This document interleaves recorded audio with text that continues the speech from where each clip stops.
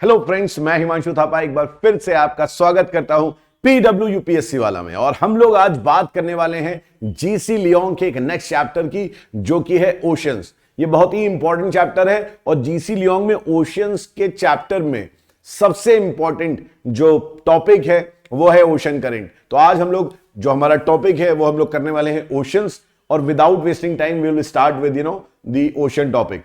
तो हम लोग अपने ओशन टॉपिक के बारे में अगर बात करें तो यहां पर आपको एक चीज समझनी पड़ेगी। पहले जो ओशियन की फ्लोर है उसके बारे में लोगों को बहुत ज्यादा आइडिया नहीं था। वो समझते थे कि ओशियन का फ्लोर जो होता है वो फीचरलेस है, वो एकदम फ्लैट है।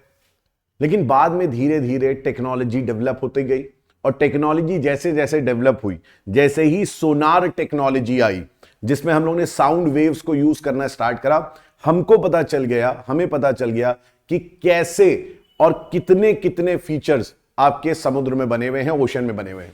तो आज हम लोग उसी के बारे में बात करेंगे और हम लोग इस टॉपिक को स्टार्ट करेंगे। यहां पर सबसे इंपॉर्टेंट चीज जो आपको समझनी है वो है हमारा रिलीफ ऑफ द ओशन। ठीक है, आज जो हम लोग बात करेंगे वो किसके बारे में बात करेंगे? सबसे पहले कि हमारे ओशन के रिलीफ के बारे में। ठीक है, अगर ओशन के रिलीफ के बारे में हम लोग बात करें तो क्या क्या हमारे ओशन में मिलता है, इसको हम लोग जल्दी एक डायग्राम के थ्रू देख लेते हैं अच्छी तरीके से। तो ये है हमारा ओशन फ्लोर, ऐसा कुछ है हमारा ओशन फ्लोर, इस तरीके से आपको दिखता है हमारा ओशन फ्लोर। देखिए यहां पर ओशन फ्लोर के बारे में अगर हम लोग बात करेंगे तो आपको कुछ स्पेशल फीचर्स यहां नजर आएंगे। जैसे कि आपको यहां नजर आ रहा है कॉन्टिनेंटल शेल्फ। ये कॉन्टिनेंटल शेल्फ आप देख सकते हैं कि ये हमारा सी लेवल है, this is the sea level. और कॉन्टिनेंटल शेल्फ हमारा जो है इस तरीके से समुद्र के नीचे, ओशन के नीचे सबमर्ज्ड है, लेकिन ये कॉन्टिनेंट का पार्ट है। इसी तरीके से हम देखेंगे यहां पर ये जो आप देखें स्लोप, एक आप देख सकते हैं स्टीप स्लोप, जिसको बोलते हैं खड़ी ढाल, स्टीप स्लोप देख सकते हैं। ये स्टीप स्लोप क्या है? ये स्टीप स्लोप कहलाता है कॉन्टिनेंटल स्लोप कहलाता है। ठीक है, ये कहलाता है क्या? कॉन्टिनेंटल स्लोप कहलाता है। अब आप देखेंगे कि ये वाला जो आप फ्लोर देख रहे हैं, ये फ्लोर, ठीक है, ये फ्लोर हमारा बहुत ही गहराई पे है, ये फ्लोर बहुत गहराई पे है। और ये फ्लोर क्या कहलाता है? ये फ्लोर कहलाता है डीप सी प्लेन। ये क्या कहलाता है? डीप सी प्लेन्स कहलाते हैं ये। ठीक है, इनको हम क्या बोलते हैं? Deep sea plain. पहले ऐसा लगता था कि यहां पर प्लेन्स होगा, ये समतल मैदान होगा, परंतु ऐसा है नहीं। अब इसी डीप सी प्लेन में कुछ भाग तो होते हैं जो फ्लैट होते हैं, कुछ पार्ट्स तो ऐसे हैं जो फ्लैट होते हैं। इनको हम बोलते हैं क्या? Abyssal plain. इनको हम क्या बोलते हैं? एबिसल प्लेन बोलते हैं। ठीक है, अब यहां पर आप देखेंगे एबिसल प्लेन, और यहां पर आप देखेंगे थोड़ा सा कॉन्टिनेंटल स्लोप के बीच में इस तरीके से एक राइज नजर आता है, आपको उठा हुआ भाग नजर आएगा। उस उठे हुए भाग को हम लोग बोलेंगे क्या? कॉन्टिनेंटल राइज बोलेंगे, ये कॉन्टिनेंटल राइज। अब यहां तक आप मतलब मान के रखिए कि ये वाला जो पोर्शन है ये कॉन्टिनेंट्स का ही पार्ट है। यहां पर ये कॉन्टिनेंटल, आपको यहां पर क्रस्ट मिलेगी, ये कॉन्टिनेंटल क्रस्ट है। जबकि ये वाला पार्ट जो आप देख रहे हैं, ये वाला पार्ट किसका है? ये वाला पार्ट हमारे ओशन फ्लोर का है। ठीक है, अब ओशन फ्लोर पे आप देखेंगे और भी आपको बहुत सारी चीजें मिलेंगी, जैसे कि आपको इस तरीके से छोटे छोटे, आप देख सकते हैं इस तरीके से छोटे छोटे आपको वॉल्केनिक माउंट मिलेंगे। जो वॉल्केनिक माउंट ठीक है समुद्र के नीचे रहता है, ओशन के नीचे रहता है, उसको हम बोलते हैं क्या? उसको हम बोलते हैं सी माउंट। क्या बोलते हैं उसको? सी माउंट बोलते हैं। और कुछ आपके वॉल्केनिक आइलैंड्स बहुत हाइट अटेन कर लेते हैं, है ना, जैसे कि मोना लोआ, मोना किया, राइट, ये देखेंगे आप तो वॉल्केनिक आइलैंड बन जाते हैं। ये क्या बन जाते हैं? वॉल्केनिक आइलैंड बन जाते हैं, राइट। इसके बाद आप यहां पर देखेंगे तो यहां पर हम लोग देखते हैं कि हमारी जो ओशन फ्लोर है, वो ओशन फ्लोर में डाइवर्जेंस होता है। ओशन फ्लोर हमारी खिसक रही है, और जहां पे ओशन फ्लोर खिसक रही है वहां पर इस तरीके से रिफ्ट वैली बन रही है। प्लस यहां आप देख सकते हैं कि इस तरीके से आपको रिजेस नजर आ रहे हैं। आपको हर तरफ क्या नजर आ रहे हैं? रिजेस नजर आ रहे हैं, पहाड़ी छोटी छोटी नजर आ रही है, ये आप देख सकते हैं। इनको हम बोलते हैं रिजेस, मिड ओशियानिक रिजेस, क्योंकि ये ओशन के मिडिल में निकलते हैं, ओशन के मिडिल में बनते हैं, बेसिकली लावा निकलता है तब बनते हैं। उसी तरीके से हम देखेंगे कि कॉन्टिनेंटल स्लोप के पास हमको बहुत बार क्या मिलता है? बहुत गहरी आपके गर्त मिलते हैं, बहुत आपके डीप ट्रेंचेस मिलते हैं। क्या मिलते हैं? बहुत डीप ट्रेंचेस मिलते हैं, इनको हम बोलते हैं ट्रेंचेस। है ना, और जो सबसे डीपेस्ट पॉइंट होता है उसको हम बोलते हैं क्या, डीप बोलते हैं। ठीक है, फिर आप इधर देखेंगे तो यहां पर भी आप देख सकते हैं, यहां पर भी आप देख सकते हैं कि यहां पर क्या है, कॉन्टिनेंटल राइज है, ये कॉन्टिनेंटल राइज कहलाता है। इसके ऊपर थोड़ा सा आप देखेंगे तो this is what, this is continental slope, इधर भी और इधर भी आपका कॉन्टिनेंटल स्लोप है। तो ओशन फ्लोर की अगर हम लोग बात करें तो ओशन फ्लोर में आपको ये सारी चीजें नजर आएंगी, और ओशन फ्लोर में एक एक करके हम लोग जो इंपॉर्टेंट आपके यहां पर फीचर्स हैं उसको हम लोग देख लेते हैं। इंपॉर्टेंट फीचर्स हमारे जो हैं उसको देख लेते हैं। तो यहां पर भी जीसी लियोंग में इस तरीके से यहां पर आप देखेंगे तो एक फिगर बना हुआ है।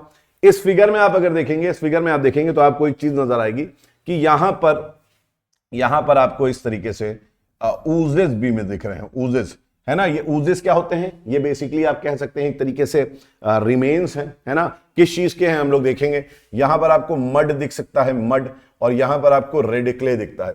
तो ये मरीन डिपॉजिट्स हैं बेसिकली, ठीक है। ये तीनों जो है मड या रेड क्ले या ऊजेस, ये आपके क्या है, ये मरीन डिपॉजिट्स हैं जो कि आपको ओशन फ्लोर पे नजर आते हैं, ठीक है। इसी तरीके से मैंने आपको बताया कि ये डीप वाला जो है, दिस इज ओशन डीप। यहां पर आप देख सकते हैं इस तरीके से कभी कभी माइनर ट्रेंच भी होते हैं।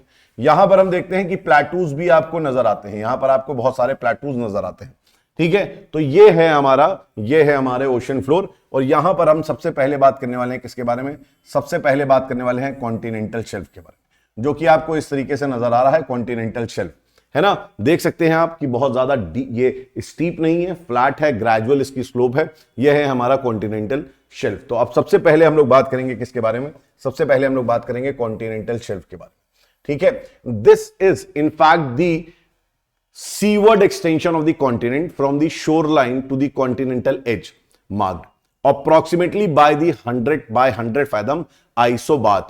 Isobaths are contours marking depth below sea level. The continental shelf is thus a shallow platform whose width varies greatly from few miles in the North Pacific of the continent of North America to over 100 miles of Northwest Europe. तो यहां पर ये क्या बात कर रहा है, इसको समझ लो। यहां पर ये बात कर रहा है इस तरीके से हमारे ओशन में अगर आप देखेंगे, ठीक है, इस तरीके से अगर ओशन में आप देखेंगे तो आपको ओशन के नीचे और कोस्ट के पास, ठीक है, ये जो पोर्शन दिख रहा है, ये नीचे वाला पोर्शन, ये जो ओशन का नीचे वाला पोर्शन है यहां तक, इसको हम बोलते हैं क्या, कॉन्टिनेंटल शेल्फ बोलते हैं। मैंने आपको बताया इसको हम लोग कॉन्टिनेंटल शेल्फ बोलते हैं, ठीक है। यहां पर ये क्या है, सी की तरफ है, दिस इज सी, ये सी की तरफ है, और ये सबमर्ज हो गया है, ये नीचे चला गया। इसके बहुत सारे रीजंस हो सकते हैं। ये आपका इस तरीके से फॉर्मेशन के बारे में हम देखेंगे, लेकिन आपको ये जानना चाहिए कि इसी को हम बोलते हैं क्या, इसी को हम बोलते हैं कॉन्टिनेंटल शेल्फ, ठीक है। This is known as continental shelf, ये हमारा कॉन्टिनेंटल शेल्फ। अब कॉन्टिनेंटल शेल्फ की अगर हम एंगल को देखें तो यहां पर बहुत ज्यादा एंगल बन नहीं रहा है ना। ये this is not very angle, यहां पर 1 से 2% रहता है एंगल। अगर आप कॉन्टिनेंटल शेल्फ का एंगल देखें, ठीक है, सी लेवल से, तो इस तरीके से ये दिस इज सी लेवल, तो यहां पर आप देखेंगे कि 1 से 2% क्या एंगल होता है, और ये बहुत ही क्या होता है, ये बहुत ही आपका फ्लैट होता है, स्लोप इसकी बहुत ग्रेजुअल होती है। इसके साथ साथ इसकी जो गहराई होती है, इसकी जो डेप्थ है वो 600 फीट तक होती है। इसकी जो डेप्थ है वो क्या होती है, 600 फीट तक हो सकती है। It can be up to 600 feet. ये 600 फीट तक हमारा क्या हो सकता है, गहरा हो सकता है, जिसको हम 100 फैदम भी बोलते हैं। 1 fathom is equal to 6 feet, ये हम लोग पहले भी देख चुके हैं। तो 100 फैदम है। अब इसकी अगर मैं बात करूं चौड़ाई की कि ये कितना चौड़ा होगा यहां से लेके यहां तक, तो ये आप देख सकते हैं यहां पर लिखा हुआ है कि it can B 100 miles of the north west Europe. आप देखिएगा नॉर्थ सी वाला रीजन, नॉर्थ सी वाले रीजन में आप देखेंगे लाइट ब्लू कलर के आपके एटलस में बना रहता है। वो जो लाइट ब्लू कलर का आपका एटलस दिखा रहा है दैट इज कॉन्टिनेंटल शेल्फ, ठीक है। और अगर आप नॉर्थ पैसिफिक की तरफ देखेंगे तो ये बहुत ज्यादा गहरा नहीं होता है, ये बहुत ज्यादा गहरा नहीं होता है कॉन्टिनेंटल शेल्फ, ठीक है। अब कॉन्टिनेंटल शेल्फ के बारे में आगे देख लेते हैं और क्या बात है। In some places where coast are extremely mountainous such as Rocky Mountain and Andes. तो याद रखिएगा रॉकी और एंडीज की बात अगर हम लोग करेंगे, उसके कोस्ट की बात करेंगे, तो यहां पर कॉन्टिनेंटल शेल्फ में भी एंटायरली एब्सेंट। तो जहां पर माउंटेनियस रीजन्स होते हैं, खासकर फोल्ड माउंटेन जहां पर होते हैं, वहां पर ये आपको कॉन्टिनेंटल शेल्फ की चौड़ाई बहुत कम नजर आएगी, बहुत ही ज्यादा नैरो होते हैं। इनफैक्ट कई जगह तो ऑलमोस्ट एब्सेंट होते हैं। पहाड़ सीधे उतर जाता है, कहां पर, सीधे उतर जाते हैं हमारे माउंटेन्स कहां, ओशंस में, और यहां पर कॉन्टिनेंटल शेल्फ आपको नहीं मिलता है। लेकिन off board lowland coast like those of Arctic Siberia, ठीक है, जो हमारा आर्कटिक साइबेरिया की तरफ है, a maximum width of 750 mile has been recorded, a width of 20 to 100 mile is generally encounter. तो अगर हम लोग बात करें यहां पर कि इसकी ज्यादातर चौड़ाई कितनी होती है, तो 20 से लेके 100 माइल के बीच में होती है ना, it is between 20 to 100 miles. लेकिन कहीं कहीं पे जैसे कि आर्कटिक साइबेरिया, ऊपर की तरफ चले जाओ आर्कटिक साइबेरिया, वहां पर हमें देखा कितना मिला है, 750 माइल्स, बहुत चौड़ा है, it is very very wide. तो कॉन्टिनेंटल शेल्फ यहां पर बहुत ब्रॉड है, ठीक है, ये चीज आपको समझनी है। तो ये क्या है हमारा, ये हमारा कॉन्टिनेंटल शेल्फ है। यहां लिखा हुआ है the angle of the slope, ठीक है, the angle of the slope, जो कॉन्टिनेंटल शेल्फ का स्लोप है, is normally least where continental shelf is widest, ठीक है। तो याद रखिएगा जहां पर कॉन्टिनेंटल शेल्फ आपके बहुत वाइड होंगे, जैसे कि हमने देखा कहां, आर्कटिक साइबेरिया में, वहां पर इनका स्लोप जो होगा, वो स्लोप क्या होगा, उनका स्लोप बहुत कम होगा, एंगल ऑफ स्लोप बहुत कम होगा, 1 डिग्री, और it can be less than 1 degree, ठीक है, ये हो सकता है। अ gradient of 1 in 500 is common in most continental shelf, ठीक है। तो याद रखिएगा यहां पर क्या है, यहां पर 1 डिग्री जो आपका ग्रेडियंट है वो बहुत कॉमन है।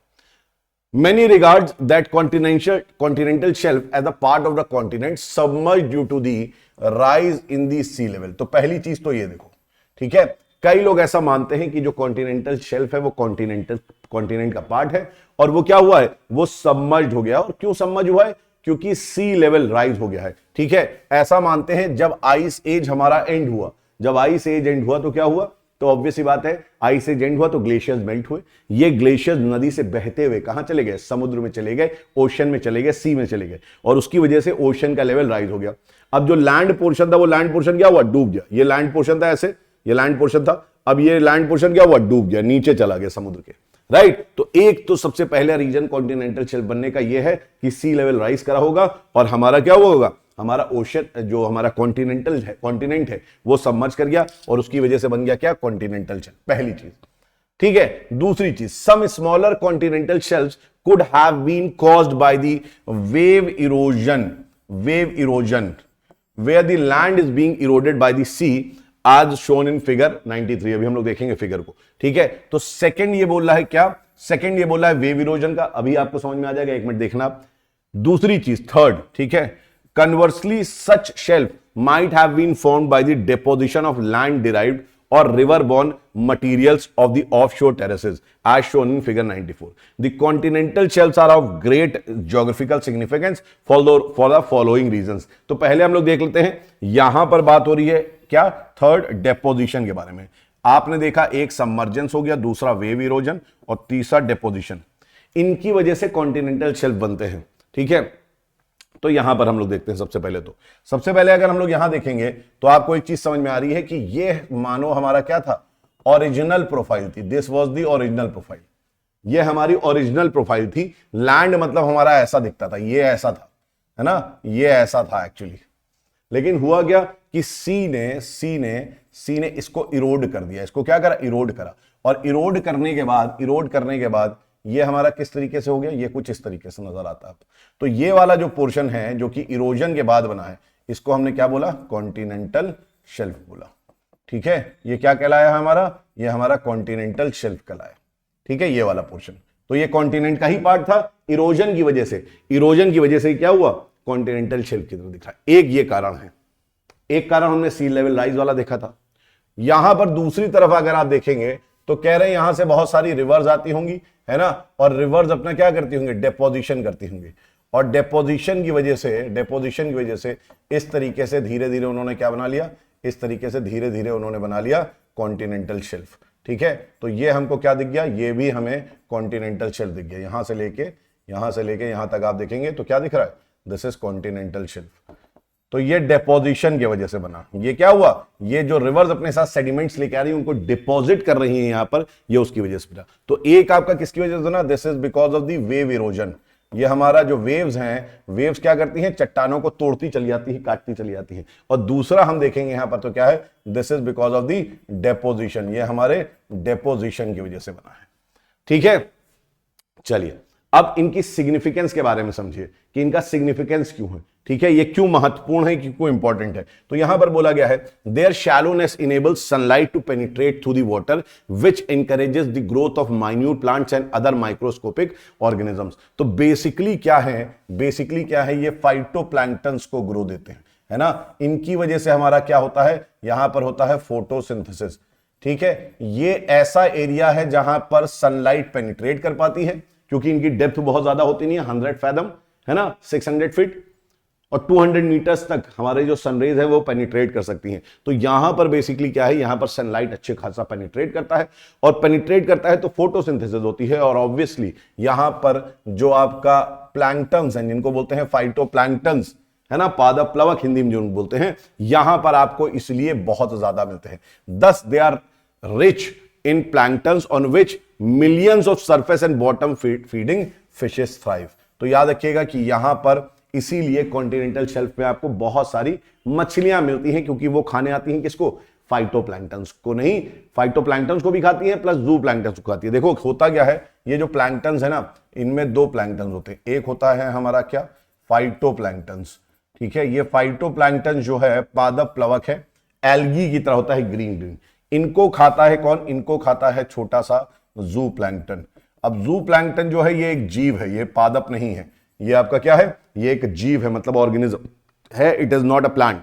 ये खाता है किसको, ये खाता है फाइटोप्लैंक्टन्स को, और जू प्लैंक्टन्स को खाते ही क्या, फिश खाती हैं। जू प्लैंक्टन्स को क्या खाती हैं, फिश खाती हैं, ठीक है। The continental shelf are therefore richest fishing grounds in the world, है ना। जैसे कि हम बहुत फेमस है हमारा the Grand Banks of Newfoundland. तो न्यू फाउंडलैंड कनाडा के पास अटलांटिक ओशन में एक जगह है जहां पर आपका ग्रैंड बैंक है, वो फिशिंग के लिए बहुत इंपॉर्टेंट है। इसी तरीके से नॉर्थ सी, हमारा नॉर्थ सी बहुत बढ़िया फिशिंग ग्राउंड है, और इसी तरीके से इंडोनेशिया के पास जो सुंडा शेल्फ है वो बहुत इंपॉर्टेंट है, ठीक है। तो ये एक इसकी इंपॉर्टेंस है। अब इसकी दूसरी इंपॉर्टेंस अगर हम लोग बात करें, there limited depth and gentle slope keep out cold under currents, ठीक है। तो जो ठंडे करेंट्स आपकी चल रही हैं उनको ये दूर रखता है। क्यों दूर रखता है, कि सपोज इस तरीके से है, ये इस तरीके से है, ये है ना, ये है हमारा। अब आप याद रखिए यहां पर क्या चल रहा है, यहां पर चल रहे हैं कोल्ड करेंट्स, यहां पर क्या चल रहे हैं, डीप कोल्ड करेंट्स है ये, है ना। अब डीप कोल्ड करंट्स यहीं तक सीमित रह पाते हैं, ऊपर नहीं आ पाते।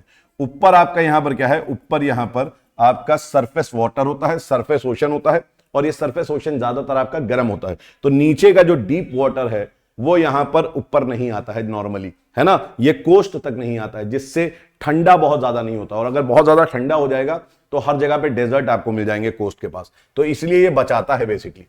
और दूसरी चीज, increase the height of tides, ठीक है। तो इनकी वजह से क्या है, टाइड्स की हाइट बढ़ जाती है।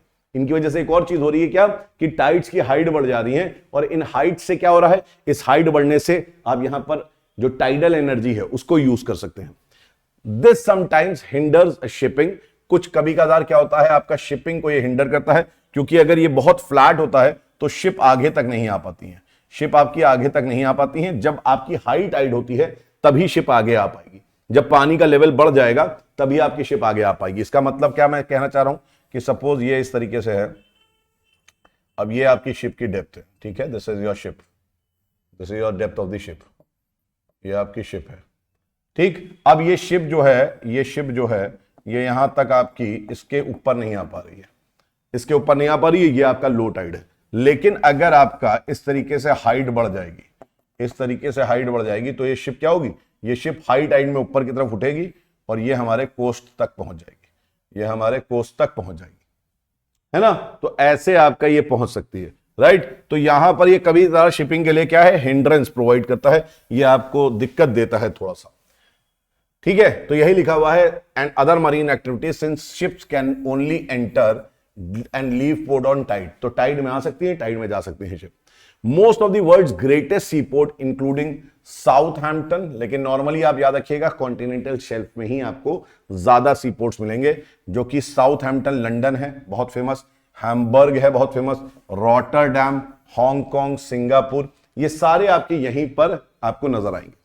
अब हम लोग बात किसके बारे में करेंगे, अब हम लोग बात करेंगे यहां पर कॉन्टिनेंटल स्लोप के बारे में। अब हम लोग किसके बारे में बात करेंगे? अब हम लोग कॉन्टिनेंटल स्लोप के बारे में बात करेंगे, ठीक है। कॉन्टिनेंटल स्लोप तो आपने इस तरीके से देखा, इस तरीके से देखा, जो यहां पर आपने देखा यूं करके गहराई में जा रहा है ना, यहां से जो ये गहराई में जा रहा है, this is what is continental slope. ये आपका क्या है? इसे हम बोलते हैं कॉन्टिनेंटल स्लोप। ये हमारा कहलाता है कॉन्टिनेंटल स्लोप, ठीक है, ये कहलाता है कॉन्टिनेंटल स्लोप। अब याद रखिएगा, at the edge of the continental shelf there is an abrupt change of gradient, एकदम से ढाल आती है, एकदम से, ठीक है, and it is about 1 to 20 forming the continental slope, ठीक है। तो यहां पर याद रखिएगा कि ये कॉन्टिनेंटल स्लोप भी किसका पार्ट है? कॉन्टिनेंटल स्लोप भी जो पार्ट है वो पार्ट है हमारे कॉन्टिनेंट्स का ही, ठीक है। और ये याद रखिएगा कि 600 फैथम से लेके, ये 600 फैथम से लेके, या आप कह सकते हैं कि ये जो है हमारा नॉट 600 फैथम, सॉरी 600 फीट से लेके, ठीक है, ये 600 फीट से लेके काफी नीचे तक जलाता है। इनफैक्ट ये 3 to 4 किलोमीटर तक जाता है, 3 से 4 किलोमीटर तक ये चला जाता है, इसकी ये डेप्थ होती है, ठीक है। अब बात करें डीप सी प्लेन की, तो मैंने आपको डीप सी प्लेन बताया। डीप सी प्लेन जैसे हमको लगता था कि बहुत ही फ्लैट है, बट ऐसा है नहीं, ठीक है। They are undulating plain. Undulating plain मतलब होता है ऊपर नीचे rolling, rolling undulating plain, line 2 to 3 miles below sea level. तो लगभग आप कह सकते हैं कि 6000 मीटर, मतलब 6 किलोमीटर के आसपास होता है ना। और आप ओशन फ्लोर के बारे में बात करेंगे तो 2/3 ऑफ द ओशन फ्लोर ये कवर करता है। तो डीप सी प्लेन जो है वो सबसे ज्यादा विस्तृत है, सबसे बड़ी आकृति है हमारे, कहां पर? हमारे ओशन फ्लोर में। जनरली टर्म्स एज अबिसल प्लेन, तो इनको हम क्या बोलते हैं? जनरली एबिसल प्लेन, जो मैंने बताया था। It was once thought to be featureless, but modern sounding devices reveal that abyssal plain is far from being level. तो पहला ऐसा सोचते थे लोग कि ये क्या है, एकदम फ्लैट है, बट ऐसा है नहीं, ये फ्लैट है नहीं, ठीक है, ये फ्लैट नहीं है। इनफैक्ट साउंडिंग टेक्नोलॉजी से हमें पता चलता है, सोनार टेक्नोलॉजी से बेसिकली, है ना, मॉडर्न सोनार टेक्नोलॉजी से हमें पता चलता है, साउंड वेव से, कि यहां पर बहुत सारे फीचर्स हैं, जैसे कि सबमरीन प्लेटूज हैं आपके, अभी हमने देखा, रिजेस हैं, ट्रेंचेस हैं, बेसिन्स हैं, ओशियानिक आइलैंड्स हैं, ठीक है, ये सारी चीजें हैं। अब ओशियानिक आइलैंड्स क्या है? सी लेवल के ऊपर राइज कर जाते हैं, तो सी लेवल फ्लोर पे ही, लेकिन वो राइज कर गए तो हमको कहां नजर आ रहे हैं? आइलैंड के फॉर्म में नजर आ रहे हैं, जैसे कि the Azores island, the असंशन island. तो ये याद रखिएगा, जो जितने हैं आइलैंड सारे वोल्केनिक नेचर में हैं। अब अगर हम लोग बात करें तो एक और यहां पर फीचर था ओशियानिक डीप, है ना, हम लोगों ने देखा था ट्रेंचेस हैं। These are long narrow trenches that plunge as great ocean deeps to a depth of 500 fathoms, या कह सकते हो 30,000 feet. Contrary to our expectation, most of the deepest trenches are not located in the midst of the oceans. ठीक है, तो ये याद रखिएगा आप एक चीज, क्या कि हमारा जो ट्रेंच होता है, नॉर्मली क्या समझते हैं लोग? नॉर्मली समझते हैं ये बीचों बीच होगा, ये एकदम बीच में होगा, बट ऐसा है नहीं, ये कॉन्टिनेंट के पास होते हैं।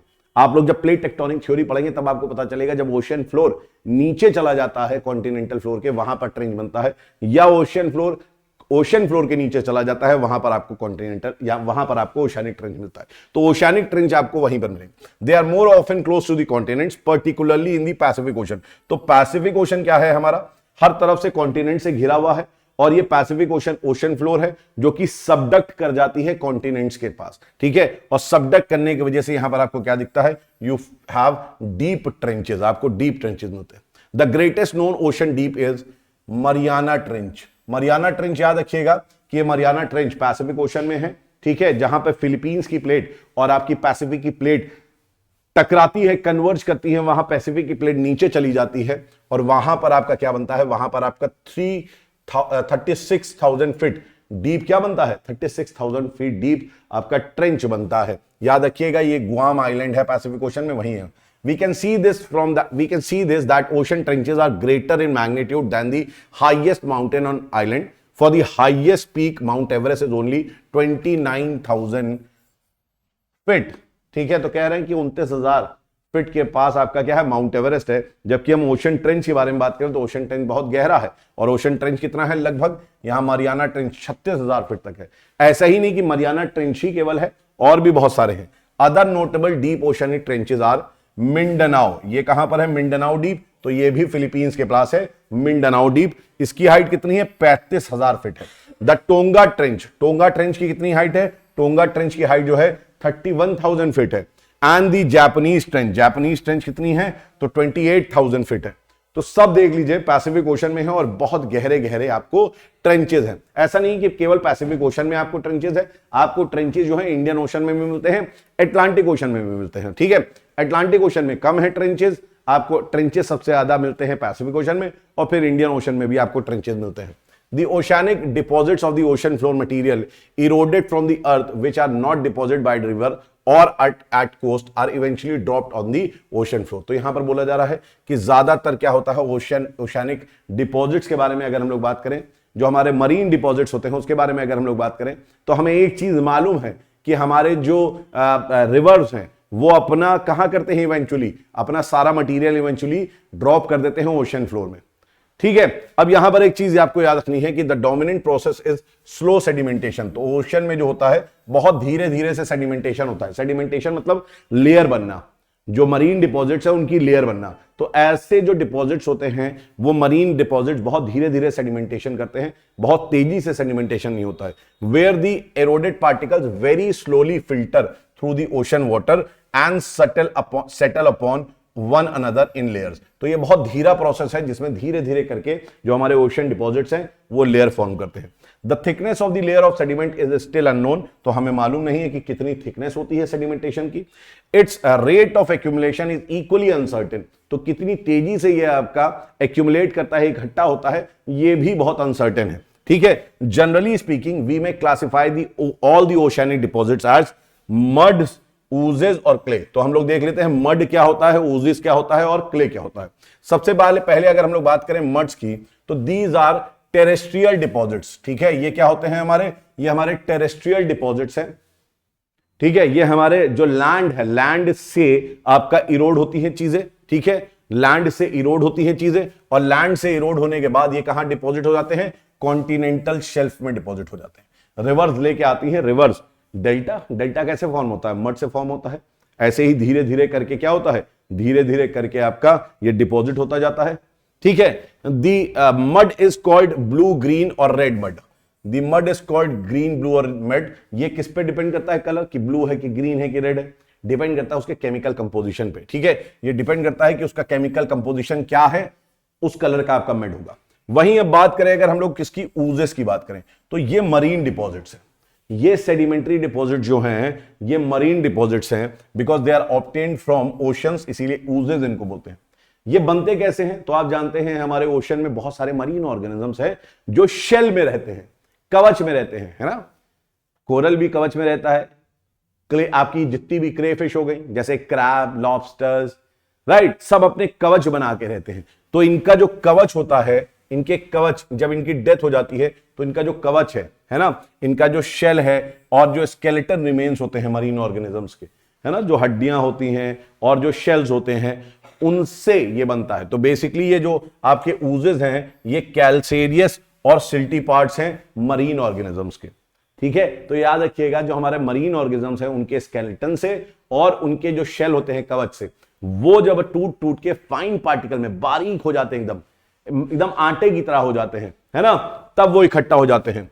Oozes have a very fine flour-like texture, flour मतलब आटा, flour-like texture, and occur either as coagulated deposits।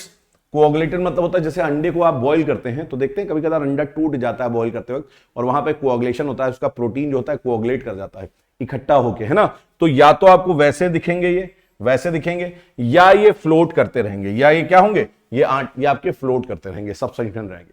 ठीक है, इसके बाद अगर हम लोग बात करें यहां पर, तो एक आता है आपका क्ले। ठीक है, these occur mainly as red clay. अब ये जो रेड क्ले है, red clays in deeper parts of the ocean, ये आपको कहां मिलेंगे, ये आपको गहराई में मिलेंगे। क्यों गहराई में मिलेंगे, क्यों, because they are particularly abundant in the Pacific Ocean. Red clay is believed to be an accumulation of volcanic dust. Volcanic dust, तो वॉल्केनो से, वॉल्केनो जब ब्लास्ट होता है वॉल्केनो में समुद्र के नीचे, तो जो डस्ट पार्टिकल्स होते हैं, है ना, वॉल्केनिक डस्ट जो होते हैं, वो ये सेडिमेंट्स हैं हमारे क्ले, वो सेडिमेंट्स हैं। इसीलिए आपको डीप मिल रहे हैं। इसीलिए कहां मिल रहे हैं, ये बहुत गहराई में मिल रहे हैं, ये बहुत ज्यादा डीप मिल रहे हैं, क्योंकि ओशन, आपका ओशियानिक, जो आपका ओशन में वॉल्केनिक इरप्शन होता है वो कहां होता है, बहुत डीप होता है। ठीक है, इसलिए अब हम लोग बात करते हैं ओशन की सैलिनिटी की। अब हम लोग किसके बारे में बात करेंगे? ओशन जो हमारा है उसके सैलिनिटी के बारे में बात करेंगे, उसकी लवणता के बारे में बात करेंगे। सैलिनिटी मतलब खारापन, ठीक है। अब ये बात रखिए, almost every known chemical element can be found in varying proportions in the ocean whose most characteristic features their salinity in contrast to the fresh water of lakes and streams। तो आप जानते हैं ओशन के बारे में, आप दिमाग में सोचते हैं और पानी, तो पानी आपका खारा, आपको समझ में आ जाता है कि खारा पानी है। ये सबसे स्पेशल कैरेक्टरिस्टिक्स है ओशन की, ठीक है, जो कि आपको लेक्स और नदियों में नहीं मिलती है, ठीक है, बहुत कम मिलती है। लेक्स में ऐसा नहीं है नहीं मिलती है, बहुत कम मिलती है। All sea water contains large amount of dissolved minerals, matter of which sodium chloride और common salt alone constitute more than 77%, ठीक है। तो NaCl हमारा जो है, जिसको हम कॉमन सॉल्ट बोलते हैं, सोडियम क्लोराइड इसे बोलते हैं, वो अलोन हमारा कितना कर रहा है? लगभग 77% का ये योगदान कर रहा है in terms of chemical. The other more important compounds include magnesium, magnesium भी है यहां पर, कैल्शियम एंड पोटेशियम। तो याद रखना है, मैग्नीशियम, कैल्शियम और पोटेशियम भी मिलता है। While the rest distinguishable over only the traces of very minute quantity, तो बाकी सब बहुत ही कम क्वांटिटी के होते हैं। Due to the free movement of ocean water, the proportion of different salts remain remarkably constant in the oceans and even to the greater depth। तो चाहे ऊंचाई से गहराई की बात करो, चाहे आप बहुत क्या करो, आप बहुत ज्यादा वास्ट हॉरिजॉन्टल भी चले जाओ, है ना, इक्वेटर से पोल भी चले जाओ, तो जो प्रपोर्शन है सॉल्ट का वो एक जैसा होता है। हाँ, ये जरूर है कि सॉल्ट का वेरिएशन होगा, लेकिन NaCl तुम अगर पोल्स पे चले जाओ तो वहां पर भी NaCl सबसे ज्यादा है आपका, और इक्वेटर पे भी आ जाओगे तो वहां पर भी NaCl ज्यादा है। अगर तुम सरफेस वाटर पे देख रहे हो वहां भी NaCl ज्यादा है, आप नीचे चले जाएंगे ओशन, डीप ओशन में, तो वहां पर भी NaCl ज्यादा है। तो जो प्रपोर्शन है वो एकदम कांस्टेंट है, वो चेंज नहीं होने वाला है, चाहे गहराई में जाओ चाहे कहीं भी जाओ, NaCl ही आपको ज्यादा मिलेगा, ठीक है। कहने का मतलब ये है। But the degree of concentration of salt solutions in oceans does vary appreciably in different areas। हाँ, ये जरूर बात हम कहेंगे कि कहीं पे सैलिनिटी ज्यादा होगी, कहीं पे सैलिनिटी कम होगी।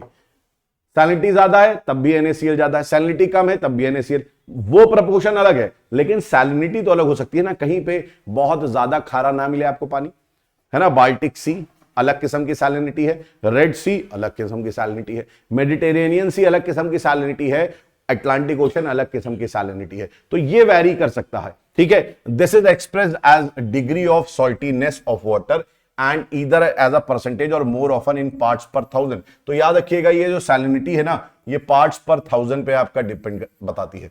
इसको बोलते हैं पार्ट्स पर थाउजेंड। परसेंट होता है पार्ट्स पर 100, इसको हम लोग 2 जीरो से करते हैं, 1020 मतलब 100, और 1000 का मतलब क्या हुआ? 3 जीरो, तो इसको ऐसे रिप्रेजेंट करते हैं पार्ट्स पर 1000, ठीक है। तो सैलिनिटी पार्ट्स पर 1000 पे करते हैं। Variations are shown in salinity distribution maps by isohaline, ठीक है, lines joining places having an equal degree of salinity. तो बेसिकली क्या होता है, हमारे ओशन में कई सारी प्लेसेस हैं, इस तरीके से हमारा ओशन है, you know, we have ocean like this, हमारा ओशन है ऐसे। तो हो सकता है यहां पर आपकी सैलिनिटी एक जैसी हो, यहां पे सैलिनिटी हो, यहां पे सैलिनिटी हो, तो ये जो इमेजिनरी लाइन ज्वाइन करेगी सैलिनिटी को ओशन में, उसको हम बोलते हैं क्या? आइसोहलाइंस। तो line joining places having equal degree of salinity, ठीक है।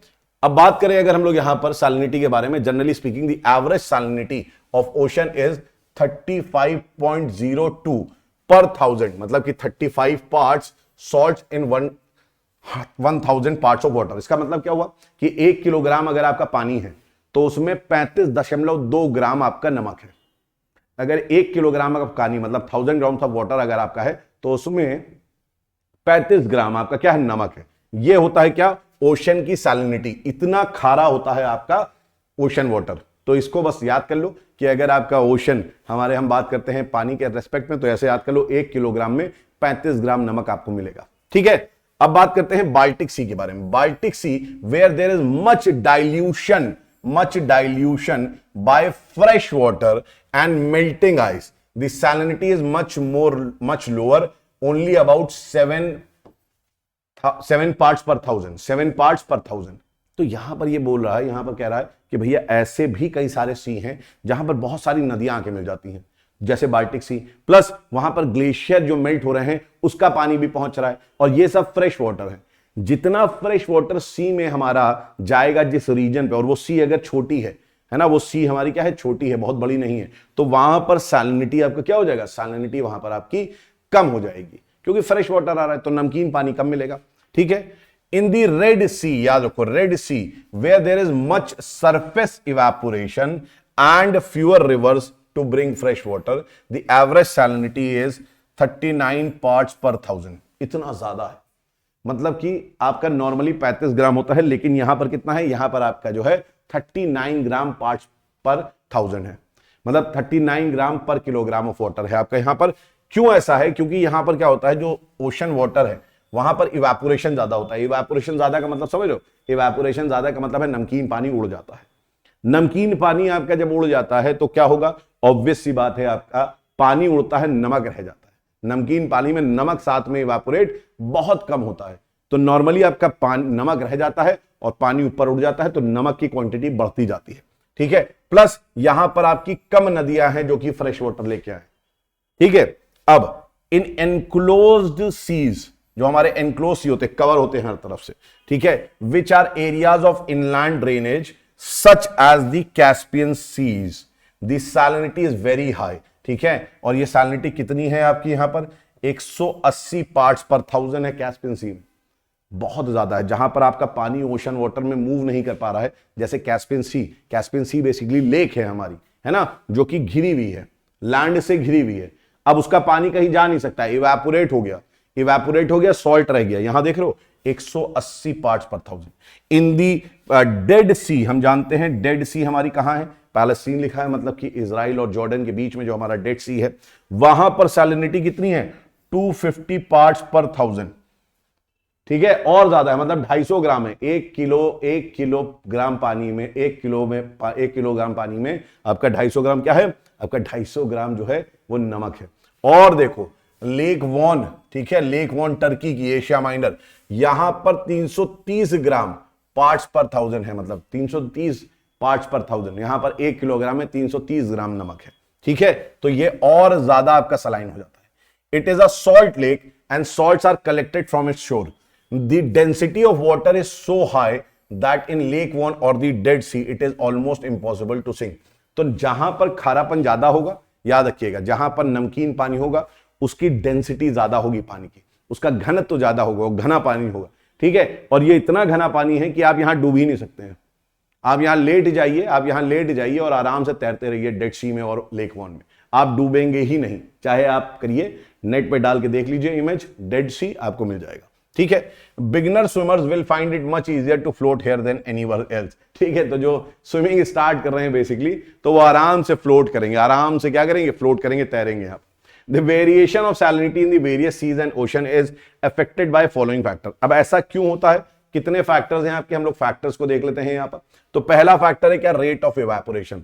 रेट ऑफ इवेपोरेशन जहां ज्यादा होगा वहां सैलिनिटी आपकी ज्यादा होगी, जहां रेट ऑफ इवेपोरेशन कम होगा वहां सैलिनिटी कम होगी। सिंपल सी बात है, इसको क्या कर लो तुम, सैलिनिटी के साथ डायरेक्टली प्रोपोर्शनल मान लो, सैलिनिटी के साथ डायरेक्टली प्रोपोर्शनल। जहां रेट ऑफ इवेपोरेशन ज्यादा वहां पर सैलिनिटी भी ज्यादा, क्योंकि पानी उड़ जाएगा, नमक रह जाएगा। ठीक है, तो याद रखिएगा ये कहां, यहां पर the water fringing the high pressure belts of the trade winds desert. ठीक है, तो जो हाई प्रेशर बेल्ट है वो कौन सी होती है, 20 डिग्री नॉर्थ साउथ से लेके 30 डिग्री नॉर्थ साउथ, इसके बीच में, इन लैटिट्यूड्स के बीच में क्या होता है, हाई प्रेशर होता है।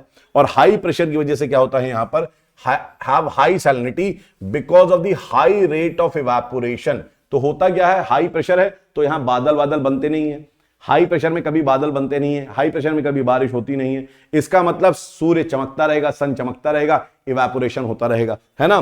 तो यहां पर याद रखिएगा high rate of, high temperature होता है और लो ह्यूमिडिटी होती है। हाई टेम्परेचर मतलब rate of evaporation is high, और यहां पर क्योंकि हाई प्रेशर है तो लो ह्यूमिडिटी, बादल बनेंगे नहीं। ठीक है, the temperate oceans have lower salinity. अब देखो टेम्परेट मतलब यहां पर हम अगर ऊपर चले जाएं ठंडे क्षेत्र में, तो वहां के जो ओशन होंगे उनका सैलिनिटी यहां से कम होगा। क्यों, क्योंकि यहां पर लोअर टेम्परेचर होता है और रेट ऑफ इवेपोरेशन भी क्या होता है, कम होता है। ठीक है, दूसरा सैलिनिटी किस पे इफेक्ट करती है, the amount of fresh water added by precipitation, बारिश, ओले गिरना, बर्फबारी, उससे प्लस फ्रेश वाटर जो आप आइसबर्ग से आते हैं और आपकी नदियों से आते हैं। अगर भाई ये आपका ज्यादा होगा अमाउंट फ्रेश वाटर का, तो ऑब्वियसली बात है सैलिनिटी कम होगी। ठीक है, तो salinity is lower than average 35 parts per thousand in equatorial waters. Equatorial water में क्या होता है, इक्वेटर पे 0 से लेके 5 डिग्री इधर उधर नॉर्दर्न और सदर्न हेमिस्फीयर में, वहां पर कन्वेक्शनल रेन होता है। कन्वेक्शनल रेन होता है, इसलिए प्रेसिपिटेशन से वहां पर ज्यादा आपको क्या मिलेगा, फ्रेश वाटर। और फ्रेश वाटर आपको ज्यादा मिलता है, इसलिए सैलिनिटी उनकी 35 पार्ट्स पर थाउजेंड से कम होती है, क्योंकि वहां पर प्रेसिपिटेशन ज्यादा है, फ्रेश वाटर ज्यादा आ रहा है बारिश से। ठीक है, क्यों? क्योंकि heavy daily rainfall and high relative humidity. Oceans into which huge reverse like Amazon, Congo, Ganga, Irrawaddy, Mekong, ये जहां ड्रेन करते हैं, वहां का रीजन जहां पर ये ड्रेन करते हैं, वहां पर क्या होगा, सॉल्टनेस इनकी जो होगी वो आपकी डाइल्यूट हो जाएगी और लोअर सैलिनिटी मिलेगी। तो आपकी बड़ी बड़ी जो स्ट्रीम्स है, बड़ी बड़ी आपकी जो नदियां हैं, इनका पानी कहां जा रहा है, इनका पानी ओशन में जा रहा है। तो जहां ओशन में गंगा का पानी जाता है, उस क्षेत्र में फ्रेश वाटर जा रहा है ना ज्यादा, तो वहां पर सैलिनिटी कम हो जाती है। वहां पर क्या होता है, वहां पर सैलिनिटी कम हो जाती है।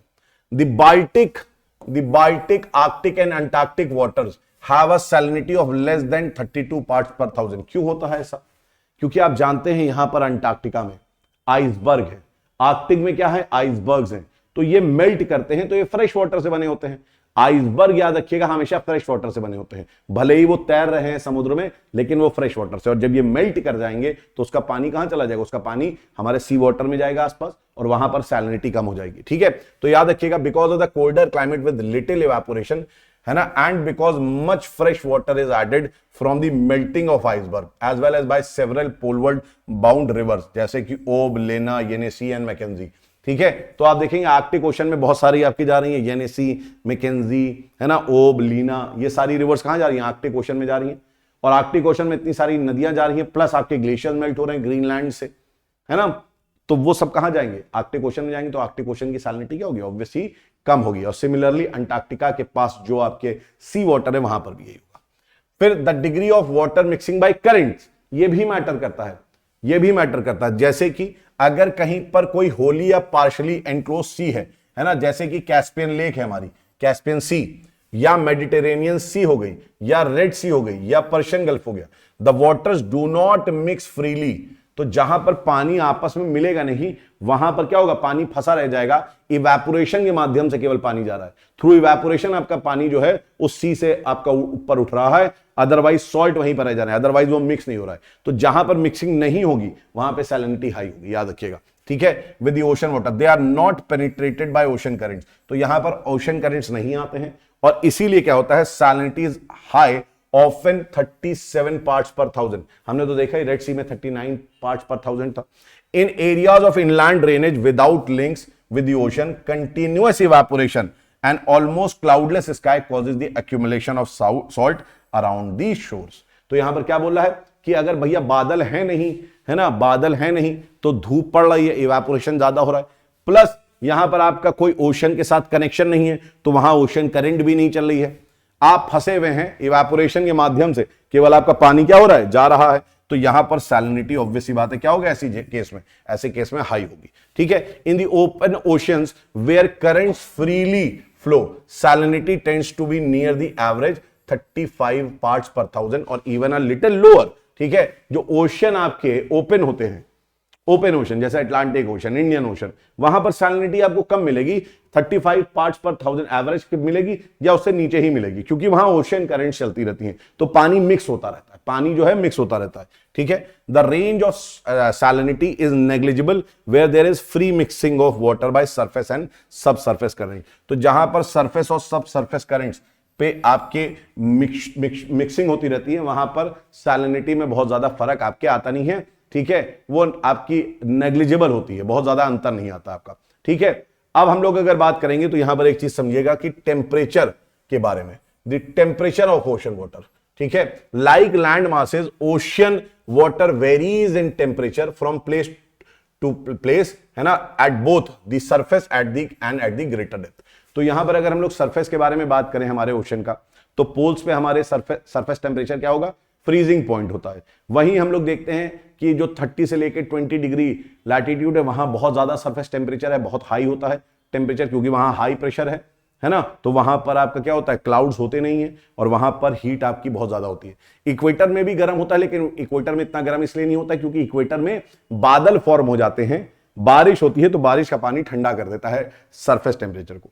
वहीं अगर हम लोग बात करें सरफेस से लेके डेप्थ पर, है ना, तो जैसे जैसे आप नीचे जाते हैं, जैसे जैसे आप नीचे जाते हैं, तो कुछ कुछ किलोमीटर तक तो जो है आपकी सरफेस टेम्परेचर बहुत तेजी से ठंडा होता है, लेकिन एक डेप्थ के बाद फिर आपका सरफेस आप चाहे जितना नीचे चले जाएं, वहां पर बहुत कम फर्क आता है टेम्परेचर में। ठीक है, तो याद रखिएगा कि एक डेप्थ तक तो बहुत ज्यादा तेजी से आपका डाउन ठंडा होता है, लेकिन उसके बाद बहुत ज्यादा नहीं है। तो since water warms up and cools down much slowly than the land, the annual range of temperature in any part of the ocean is very smaller. ठीक है, तो यहां पर आपका एक चीज और बता दें कि सर्दियों में और गर्मियों में बहुत ज्यादा ओशन के पानी में टेम्परेचर में बहुत ज्यादा फर्क नहीं आता है, ऑलमोस्ट सेम रहता है। तो उनका जो रेंज है मिनिमम और मैक्सिमम टेम्परेचर का, वो नेग्लिजिबल होता है बेसिकली ओशन वाटर में। तो मैक्सिमम टेम्परेचर ओशन वाटर का और मिनिमम टेम्परेचर ओशन वाटर का पूरे साल में बहुत कम डिफरेंस होता है, एक्चुअली बहुत स्मॉल होता है। ठीक है, तो एनुअल रेंज ऑफ टेम्परेचर क्या होता है, कहीं पर भी आप देख लें तो बहुत स्मॉल है। जैसे आप पोल्स में चले गए तो पोल्स में अगर ठंडा है तो वहां ठंडा ही रहता है ना, बहुत कम होता है वहां पर डिफरेंस। ठीक, it is less than 10 degree Fahrenheit for most of the open seas. तो जो ओपन सी होती है हमारी, उसका डिफरेंस केवल और केवल कितना होता है, 10 डिग्री फ़ारेनहाइट, बहुत कम होता है, फ़ारेनहाइट, सेल्सियस भी नहीं है। ठीक है, generally the mean annual temperature of the surface ocean water decreases from about 70 degree Fahrenheit in equatorial areas to 55 degree Fahrenheit at latitudes of 45 degree north and south and drops almost to freezing point at the poles। तो यही बोला है, equator पे आप देख सकते हैं 70 degree Fahrenheit है, 45 डिग्री पे चले गए टेम्परेट रीजन पे तो वहां पर आपने देखा 55 डिग्री फ़ारेनहाइट है, और आप अगर पोल्स पे चले गए तो वहां तो भैया बर्फ है ना, और क्या है, बर्फ है वहां पर। The reduction of temperature with latitude is, however, never constant because of the interference of warm and cold currents, winds and air masses। तो याद रखिएगा, ऐसा आप नहीं बोल सकते कि बस इतना ही सरफेस टेम्परेचर रहेगा। क्यों? क्योंकि तब तक जब तक आप बोलेंगे यहां ठंडा हो रहा है, तब तक वहां गर्म पानी पहुंच जाएगा। कहां से? हमारे जो ओशन करंट है उससे, या हमारी विंड पहुंच जाएगी ठंडी या गर्म, उससे भी आपको क्या होगा, उससे भी आपका फर्क हो जाएगा। ठीक है, अब हम बात करते हैं किसके बारे में, अब हम, अच्छा दूसरी चीज, unlike the solid earth ocean water is mobile. ये बहुत बड़ी चीज है, ओशन वाटर क्या होता है, मोबाइल होता है, and variation in the temperature between different parts of the ocean can be expected. तो ऑब्वियस सी बात है कि इधर से गर्म पानी गया इक्वेटर से, तो ये इक्वेटर से गर्म पानी जाके क्या करेगा, ये गर्म पानी पोल्स में भी गर्मी पहुंचा देगा, है ना। ये अगर हमारा इक्वेटर है, this is equator and this is poles, तो ऐसे करके पानी जाएगा, है ना, और पानी जाके इस तरीके से, या नीचे की तरफ पानी जाके इस तरीके से ठंडा पानी यहां पर कर देगा। ठीक है, तो ये मिक्सिंग होती है किससे, ये मिक्सिंग होती है हमारे ओशन करंट से, अभी हम लोग देखेंगे। ठीक है, water flowing out from the Arctic and Antarctic as cold currents such as the Labrador currents of north east Canada tends to reduce the surface water temperature. तो अब देखो क्या होता है, जहां वार्म वाटर जाएगा वहां पर वो क्या करेगा, वहां पर वो पानी को गर्म कर देगा, और जहां पर ठंडा पानी आएगा, कोल्ड करंट आएगा, वो सरफेस टेम्परेचर को कम कर देगा। सिंपल सी बात है, इसमें कोई रॉकेट साइंस है नहीं। लेकिन यहां पर ये जो लैब्राडोर करंट है, ये सब है, ये अभी आपको समझ में आएंगी कि क्या है, मैं बाद में बताऊंगा आपको। ठीक है, कहां चलती है, पोर्ट्स ऑफ ईस्टर्न कनाडा, जो हमारे ईस्टर्न कनाडा के पोर्ट्स हैं, even at 45 degree north are thus ice bound for almost half the year.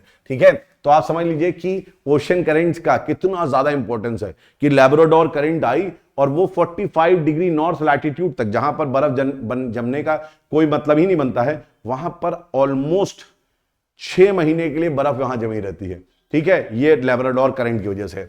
In the same way, coast warmed by warm currents such as the North Atlantic Drift have their surface temperature raised. The Norwegian coast even at latitudes of 60 to 70 degree north is ice free throughout the year. वहीं देख लो, गर्म है, गर्म आपका current होता है जिसको हम बोलते हैं नॉर्थ अटलांटिक ड्रिफ्ट। ये नॉर्थ अटलांटिक ड्रिफ्ट जाता है कहां, नॉर्वे के पास, नॉर्वे है ना, नॉर्वे के पास जाता है गर्म पानी, और नॉर्वे आप देखिए 60 से लेके 70 डिग्री नॉर्थ में है, और तब भी almost through out the year ये आइस फ्री होता है। नहीं तो यार बर्फ जम जानी चाहिए, ठंडा तो यहां बहुत पड़ता होगा, है ना, लेकिन ऐसा नहीं हो रहा है। The highest water temperature are found in enclosed seas in the tropics. ठीक है, the Red Sea which records a temperature of 100 degree 85 to 100 degree Fahrenheit. तो जो आपका बंद होता है, बंद सी होता है, वहां पर आपको टेम्परेचर ज्यादा मिलता है। ठीक है, the Arctic and Antarctic waters are so cold that their surface is permanently frozen as ice spike down to the depth of several feet। ठीक है, तो आर्कटिक और अंटार्कटिक में तो बहुत गहराई तक आपका क्या होता है, बर्फ जम जाता है। In the warmer summer parts of ice break off as icebergs that both dilute the water and lower the surface temperature of surrounding ice free seas. ठीक है, तो जो ये आर्कटिक ओशन हो गया या अंटार्कटिक हो गया, यहां पर आइसबर्ग हमारे मेल्ट करते हैं, वो क्या करते हैं, सरफेस टेम्परेचर को कम भी कर देते हैं, प्लस वो क्या कर रहे हैं, वो यहां पर क्या कर रहे हैं, सैलिनिटी को भी कम कर रहे हैं। The temperature of ocean varies vertically also with increasing depth। ठीक है, तो जैसे जैसे हम गहराई पे जाते हैं हमारा टेम्परेचर सरफेस जो ओशन वाटर है उसका चेंज होता रहता है। It decreases rapidly for the first 200 फैथम्स। ठीक है, तो 200 फैथम्स तक 200 फैथम्स तक आपका जो है ये बहुत तेजी से क्या होता है, बहुत तेजी से आपका ये डिक्रीज करता है at the rate of 1 Fahrenheit for every 10 fathom. ठीक है, तो यहां पर याद रखिएगा कि ये आपका 60 फीट, हर 60 फीट पे 1 फ़ारेनहाइट क्या होता है आपका, हर 60 फीट पे 1 फ़ारेनहाइट आपका टेम्परेचर कम होता है ना। लेकिन उसके बाद 60 फैथम के बाद then more slowly until a depth of 500 fathom is reach. तो 500 फैथम जब तक पहुंचता है वो 500 फैथम तक क्या होता है आपका, लगभग 3000 फीट तक। ठीक है, 3000 फीट तक इसका जो टेम्परेचर फिर धीरे धीरे आपका घटता है। लेकिन इसके बाद तो 3000 फीट के बाद तो क्या होता है कि बहुत धीरे धीरे पानी ठंडा होता है, 1 फ़ारेनहाइट फॉर एवरी 100 फैथम।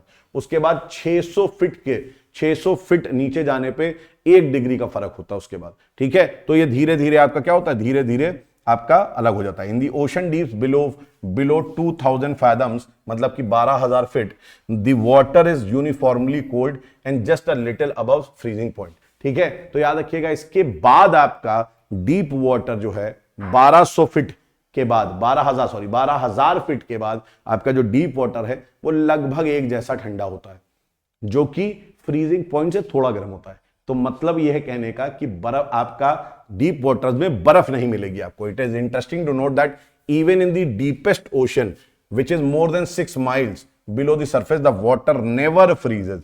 तो वाटर आपका कभी भी यहां पर फ्रीज नहीं हो रहा है। It is estimated that over 80% of all ocean waters have a temperature between 25 degree to 40 degree Fahrenheit. ठीक है, ये चीज यहां बोली गई है।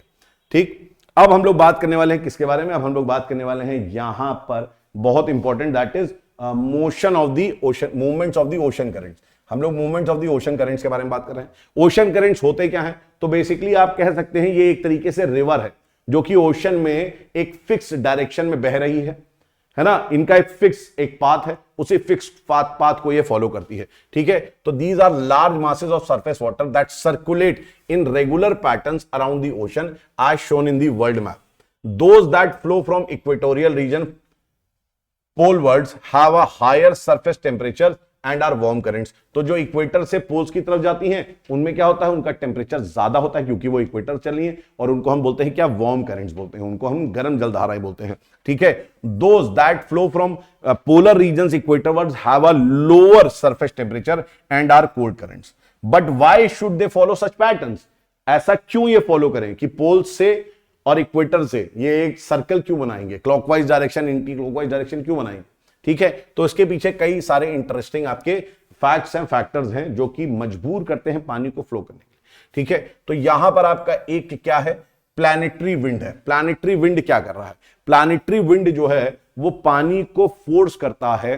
ठीक है, जैसे कि हम लोग यहां देखेंगे, यहां देखिए आप, यहां पर आप देख सकते हैं, यहां पर हम लोग देखेंगे, इसको बहुत कायदे से देखिए, यही मैप को हमें जो है आज इसको डिटेल में समझना है, इसी को समझना है। तो यहां पर अगर आप देखेंगे ये क्या है हमारा, दिस इज इक्वेटर, ये लाइन जो आप देख रहे हैं दिस इज इक्वेटर, ये क्या है, दिस इज इक्वेटर, ये हमारा इक्वेटर वाली लाइन है।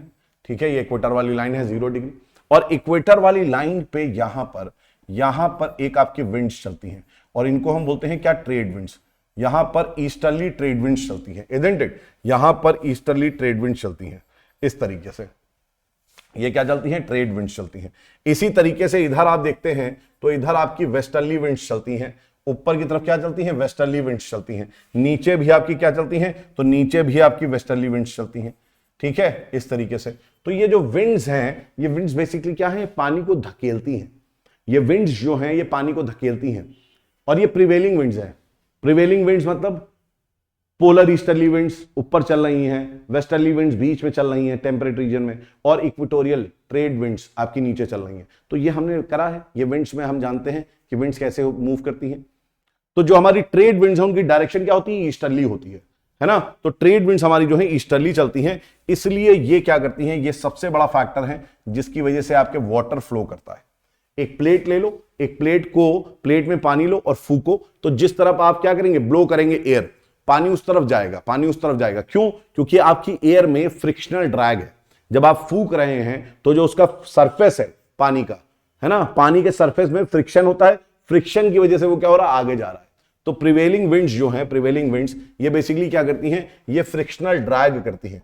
ये क्या करती हैं, फ्रिक्शनल ड्रैग। याद रखिएगा यहां पर फ्रिक्शनल ड्रैग होता है, दिस इज फ्रिक्शनल ड्रैग, ठीक है। और फ्रिक्शनल ड्रैग में क्या होता है कि इक्वेटर और ट्रॉपिक्स के बीच में, इक्वेटर और ट्रॉपिक्स के बीच में चलती हैं क्या, ट्रेड विंड्स, ठीक है। और ये ट्रेड विंड्स पैदा करती हैं, यही मेन है, यही ट्रेड विंड्स हैं जो कि क्या करती हैं, इक्वेटोरियल वाटर्स को पोलवर्ड भेजती हैं, है ना, और वेस्टवर्ड भेजती हैं। तो ये है हमारी क्या, ये है हमारी ट्रेड विंड्स हैं, ठीक, जो कि क्या करती हैं, हमारे ईस्टर्न कोस्ट को कॉन्टिनेंट के गर्म कर देती हैं। हमारे ईस्टर्न कोस्ट को कॉन्टिनेंट के क्या करती हैं, गर्म कर देती है, ठीक है। तो हम लोग यहां पर देख लेते हैं, हम लोग यहां देख लेते हैं। ये जैसे आप देख सकते हैं यहां पर, अगर आप इधर देखेंगे, अगर आप इस तरीके से देखें तो ये यहां पर हमारी गर्म विंड्स चल रही हैं। ये गर्म विंड्स कहां पहुंच रही हैं, गर्म विंड्स इस तरीके से चल रही हैं, और ये गर्म विंड्स पहुंच जा रही हैं हमारे ईस्टर्न कोस्ट पे, ठीक है। ये हमारे पहुंच रही है ईस्टर्न कोस्ट पे। तो ये जो देख रहे हो अमेरिका का ये वाला पार्ट, ये वाला पार्ट क्या हो जाएगा, ये वाला पार्ट, क्योंकि ये इक्वेटर से आ रही हैं करंट्स, तो ये कैसी होंगी, वार्म करंट्स होंगी, ऑब्वियस सी बात है ना। तो ये वार्म करंट्स जब यहां पर जाएंगी तो इस ईस्टर्न कोस्ट को भी क्या करेंगी, ये इसको वार्म कर देंगी, गर्म कर देंगी, है ना। तो यहां पर आप देखेंगे कि ये विंड्स जो हैं, ये विंड्स हमारे ईस्टर्न कोस्ट को वार्म कर देती हैं। वहीं हमारी कुछ विंड्स ऐसी होती हैं, वहीं सॉरी ये जो करंट्स हैं, नॉट विंड्स, करंट्स जो हैं ये वार्म कर दे रही हैं, है ना। वहीं हम लोग देखते हैं कि यहां पर कुछ ठंडी विंड्स हैं, जैसे कि ये देख सकते हो कैनारी विंड्स, ये वेस्टर्न पार्ट को ठंडा करती हैं, ठीक है। इधर देखोगे कैलिफोर्नियन करंट्स, ये वेस्टर्न पार्ट को ठंडा करती हैं, ठीक है। तो हमारे जो ये विंड्स होती हैं ये करंट्स को आपका ब्लो करती हैं। तो कुछ गर्म करंट्स होती हैं, वार्म करंट्स होती हैं, वो हम लोग ने देखा, है ना। और फिर हमने बताया आपको कुछ आपकी अलग अलग आपकी विंड्स होती हैं, तो इसके बारे में हम लोग देखेंगे। दूसरा टेम्परेचर फैक्टर है। अभी इन सबको हम लोग समझ लेंगे जब ओशन करंट मैं आपको बताऊंगा डायग्राम बना के, तो आपको पूरी A to Z सारी चीज समझ में आ जाएगी। There is much difference in the temperature of ocean water at the equator and the poles. तो होता क्या है, जो इक्वेटर है, इक्वेटर अगर मैं ऐसे देखूं, ठीक है, ये हमारा क्या मान लें हम, इक्वेटर है, दिस इज इक्वेटर, है ना। ऐसे मान लीजिए, आप इसको ऐसे करिए, ठीक है। ये हमारा क्या है, this is equator, this is poles. अब इक्वेटर का पानी गर्म होगा, और पानी गर्म होगा तो उसके मॉलिक्यूल्स दूर दूर जाएंगे, और अगर दूर दूर जाएंगे तो इक्वेटर में पानी क्या हो जाएगा, इक्वेटर का पानी यहां पर ऊपर होगा, इक्वेटर का पानी क्या होगा, ऊपर होगा। क्यों? क्योंकि ये गर्म है। इसलिए आप यहां देखेंगे तो यहां पर एक आपको स्लोप नजर आएगा, आपको यहां पर क्या है, इक्वेटर से पोल्स की तरफ स्लोप नजर आएगा। तो मुझे बताओ, इक्वेटर का पानी इस तरफ मूव करना चाहिए कि नहीं, पोल्स की तरफ, पोल्स की तरफ मूव करना चाहिए, राइट। और वही होता है। जबकि हम देखते हैं कि यहां का ठंडा पानी जो है सिंक करता है, और ये सिंक करके डीप वाटर की तरह इक्वेटर पे पहुंचता है, नीचे डीप वाटर। तो ऐसा सर्कुलेशन यहां पर चलता रहता है, टेम्परेचर की वजह से। अब अगर हम लोग बात करें सैलिनिटी के बारे में, तो सैलिनिटी ऑफ ओशन वाटर जो है प्लेस टू प्लेस चेंज होती है, आप जानते हैं।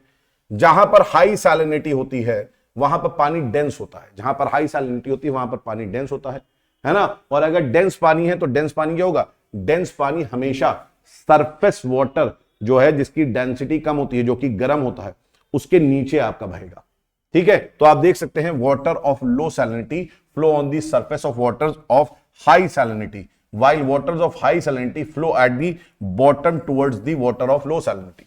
ऑब्वियस ही बात है, जो आपकी सैलिनिटी जिसकी कम है वो हल्का है, डेंसर है, कम डेंस है, ठीक है, कम डेंस है अगर तो वो ऊपर बहेगा, और हाई डेंसिटी वाला क्या होगा, नीचे बहेगा। ठीक है, तो ये सैलिनिटी के बारे में बात है।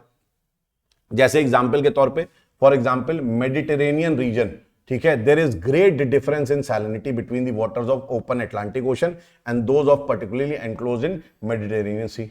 तो मेडिटेरेनियन सी जो है, मेडिटेरेनियन सी का सैलिनिटी ज्यादा है, उसका पानी नीचे रहेगा, हैवी है ना। और जो हमारा अटलांटिक ओशन है वो लेस सलाइन वाटर है, उसका अटलांटिक ओशन का लेस सलाइन वाटर है, इसलिए मेडिटेरेनियन सी के पानी के ऊपर कौन सा पानी जाएगा, हमारा इंटर करेगा अटलांटिक ओशन का पानी, अटलांटिक ओशन का पानी एंटर करेगा। लेकिन कंपनसेट कैसे होगा, अब अटलांटिक ओशन का पानी अगर गया है कहीं तो मेडिटेरेनियन का गहरा पानी नीचे से आएगा कि नहीं आएगा। ठीक है, तो यहां पर आप देख सकते हैं, इस तरीके से हम देख सकते हैं यहां पर। तो ये देखो, अगर आप यहां पर देखो, ठीक है, तो this is what, this is your ये आपका मेडिटेरेनियन का पानी है, ये मेडिटेरेनियन का पानी है। ठीक है, अब ये भारी पानी है, डेंसर पानी है। ठीक है, तो यहां पर क्या होगा कि जो ये जिब्राल्टर देख रहे हो तुम, जिब्राल्टर से या इस जगह से अटलांटिक का पानी अंदर घुसेगा ऊपर की तरफ से, है ना, और नीचे की तरफ से मेडिटेरेनियन का पानी आपका जाएगा। ठीक है, तो ये भी एक फैक्टर होता है कि कैसे आपका ओशन करंट चलती है। ठीक है, फिर होता है अर्थ का रोटेशन, ये तो बहुत इंपॉर्टेंट है। अर्थ का रोटेशन जिसको हम बोलते हैं क्या, कोरियोलिस फोर्स, इसको हम बोलते हैं क्या, कोरियोलिस फोर्स। ठीक है, या कोरियोलिस इफेक्ट बोलते हैं, जो कि काम करता है कैसे, जो कि काम करता है कि नॉर्दर्न हेमिस्फीयर में कोई भी चीज जो फ्री फ्लोइंग है वो राइट हैंड की तरफ मुड़ जाएगी। ये कहता है क्या कि जो भी चीज आपका फ्री फ्लोइंग है, जो आपका सीधे जा रहा है, वो सीधे ना जाके राइट हैंड की तरफ डिफ्लेक्ट हो जाएगा। ठीक है, और सर्दर्न हेमिस्फीयर में ये किधर डिफ्लेक्ट हो जाएगा, ये आपका लेफ्ट हैंड की तरफ डिफ्लेक्ट हो जाएगा। सर्दर्न हेमिस्फीयर में किधर डिफ्लेक्ट होगा, ये लेफ्ट हैंड की तरफ डिफ्लेक्ट होगा। ठीक है, तो ये राइट और लेफ्ट का डिफ्लेक्शन कोरियोलिस फोर्स समझाता है ना, और इसी को हम क्या बोलते हैं, अर्थ रोटेशन बोलते हैं। ठीक है, अब इसी वजह से नॉर्दर्न हेमिस्फीयर में इसी वजह से क्लॉकवाइज डायरेक्शन में हमारे ओशन करंट चलते हैं। नॉर्दर्न हेमिस्फीयर में इसीलिए हमारे क्लॉकवाइज डायरेक्शन में चलते हैं, है ना। हम लोग देखेंगे क्लॉकवाइज डायरेक्शन कैसे बनाता है। और सदर्न हेमिस्फीयर में इसी कोरियोलिस फोर्स की वजह से एंटी क्लॉकवाइज आपका डायरेक्शन चलता है, एंटी क्लॉकवाइज उल्टा चलता है, क्योंकि लेफ्ट सब चीज मूव करती है। ठीक है, तो ये हमने देख लिया क्या, ये हमने देख लिया आपका ओशन। दूसरा यहां पर ओशन करंट में एक फैक्टर काम करता है, लैंड। अब कहीं पे लैंड आ जाता है तो अगर सीधा, जैसे आप यहां पर देखिए, यहां पर आप देख रहे हैं ये ब्राजील का ये वाला पार्ट निकला हुआ है ना, इस तरीके से पार्ट निकला है। तो यहां पर साउथ इक्वेटोरियल करंट आके जब टकराती है तो ये साउथ इक्वेटोरियल करंट आके डाइवर्ट हो जाती है, ऊपर चली जाती है और एक नीचे चली जाती है। तो इस वजह से भी करंट की डायरेक्शन आपकी जो है चेंज हो जाती है। करंट की डायरेक्शन आप देख सकते हैं यहां चेंज हो जाती है। लैंड की वजह से केवल डायरेक्शन चेंज होती है, लैंड की वजह से करंट की डायरेक्शन चेंज होती है। जैसे यहां देख रहे हैं आप, यहां फॉकलैंड है, तो इसलिए यहां पर ऑब्स्ट्रक्शन हुआ, और ये ऑब्स्ट्रक्शंस की वजह से एक आपकी इधर चली गई और एक आपकी इस तरफ चली गई। ठीक है, तो आप देख सकते हैं यहां पर आप देखेंगे तो यहां पर आपको बहुत ज्यादा डाइवर्जेंस मिलेगा। ऐसे ही यहां पर आप देख सकते हैं केप ऑफ गुड होप, यहां पर आती हैं ओशंस, टकराती हैं, एक इधर ऐसे चली जाती हैं, राइट, और एक इस तरह से ऊपर चली जाती हैं। तो लैंड भी बहुत बड़ा काम करता है। लैंड क्या करता है, लैंड एक्चुअली डाइवर्ट कर देता है। लैंड क्या करता है, डाइवर्ट कर देता है ओशन करंट्स की, आप कह सकते हैं डायरेक्शन को चेंज कर देता है ओशन करंट्स की। ठीक है, अब यहां पर आपको मैं बताऊं कि ओशन करंट्स, अब हमें पढ़ना है ओशन करंट्स, तो हम लोग ओशन करंट्स को यहां बना लेंगे और वहीं पर मैं सारी चीजें आपको समझा दूं। हम लोग ओशन करंट्स को यहां क्या करेंगे, बना लेंगे। ठीक है, एंड हम लोग सारी चीज अपने दिमाग में उतार लेंगे। यहीं पर जो भी हमने पढ़ा है, जितने भी फैक्टर्स पढ़े हैं, उसको भी हम लोग साथ साथ कवर करेंगे, अब यहां पर अगर आप फॉलो करें, तो इस तरीके से हमारा इक्वेटर है, ये इक्वेटर है हमारा। ठीक है, ये इक्वेटर है। ठीक है, इसी तरीके से अगर आप देखेंगे तो यहां पर हमारा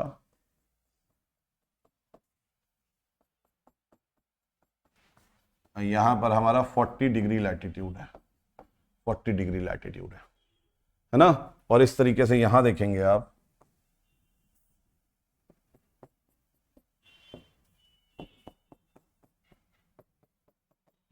यहां पर भी 40 डिग्री लैटिट्यूड है। ये साउथ है, ये नॉर्थ। ठीक है, अब हम लोग क्या करते हैं, हम लोग सबसे पहले देखते हैं अटलांटिक ओशन को।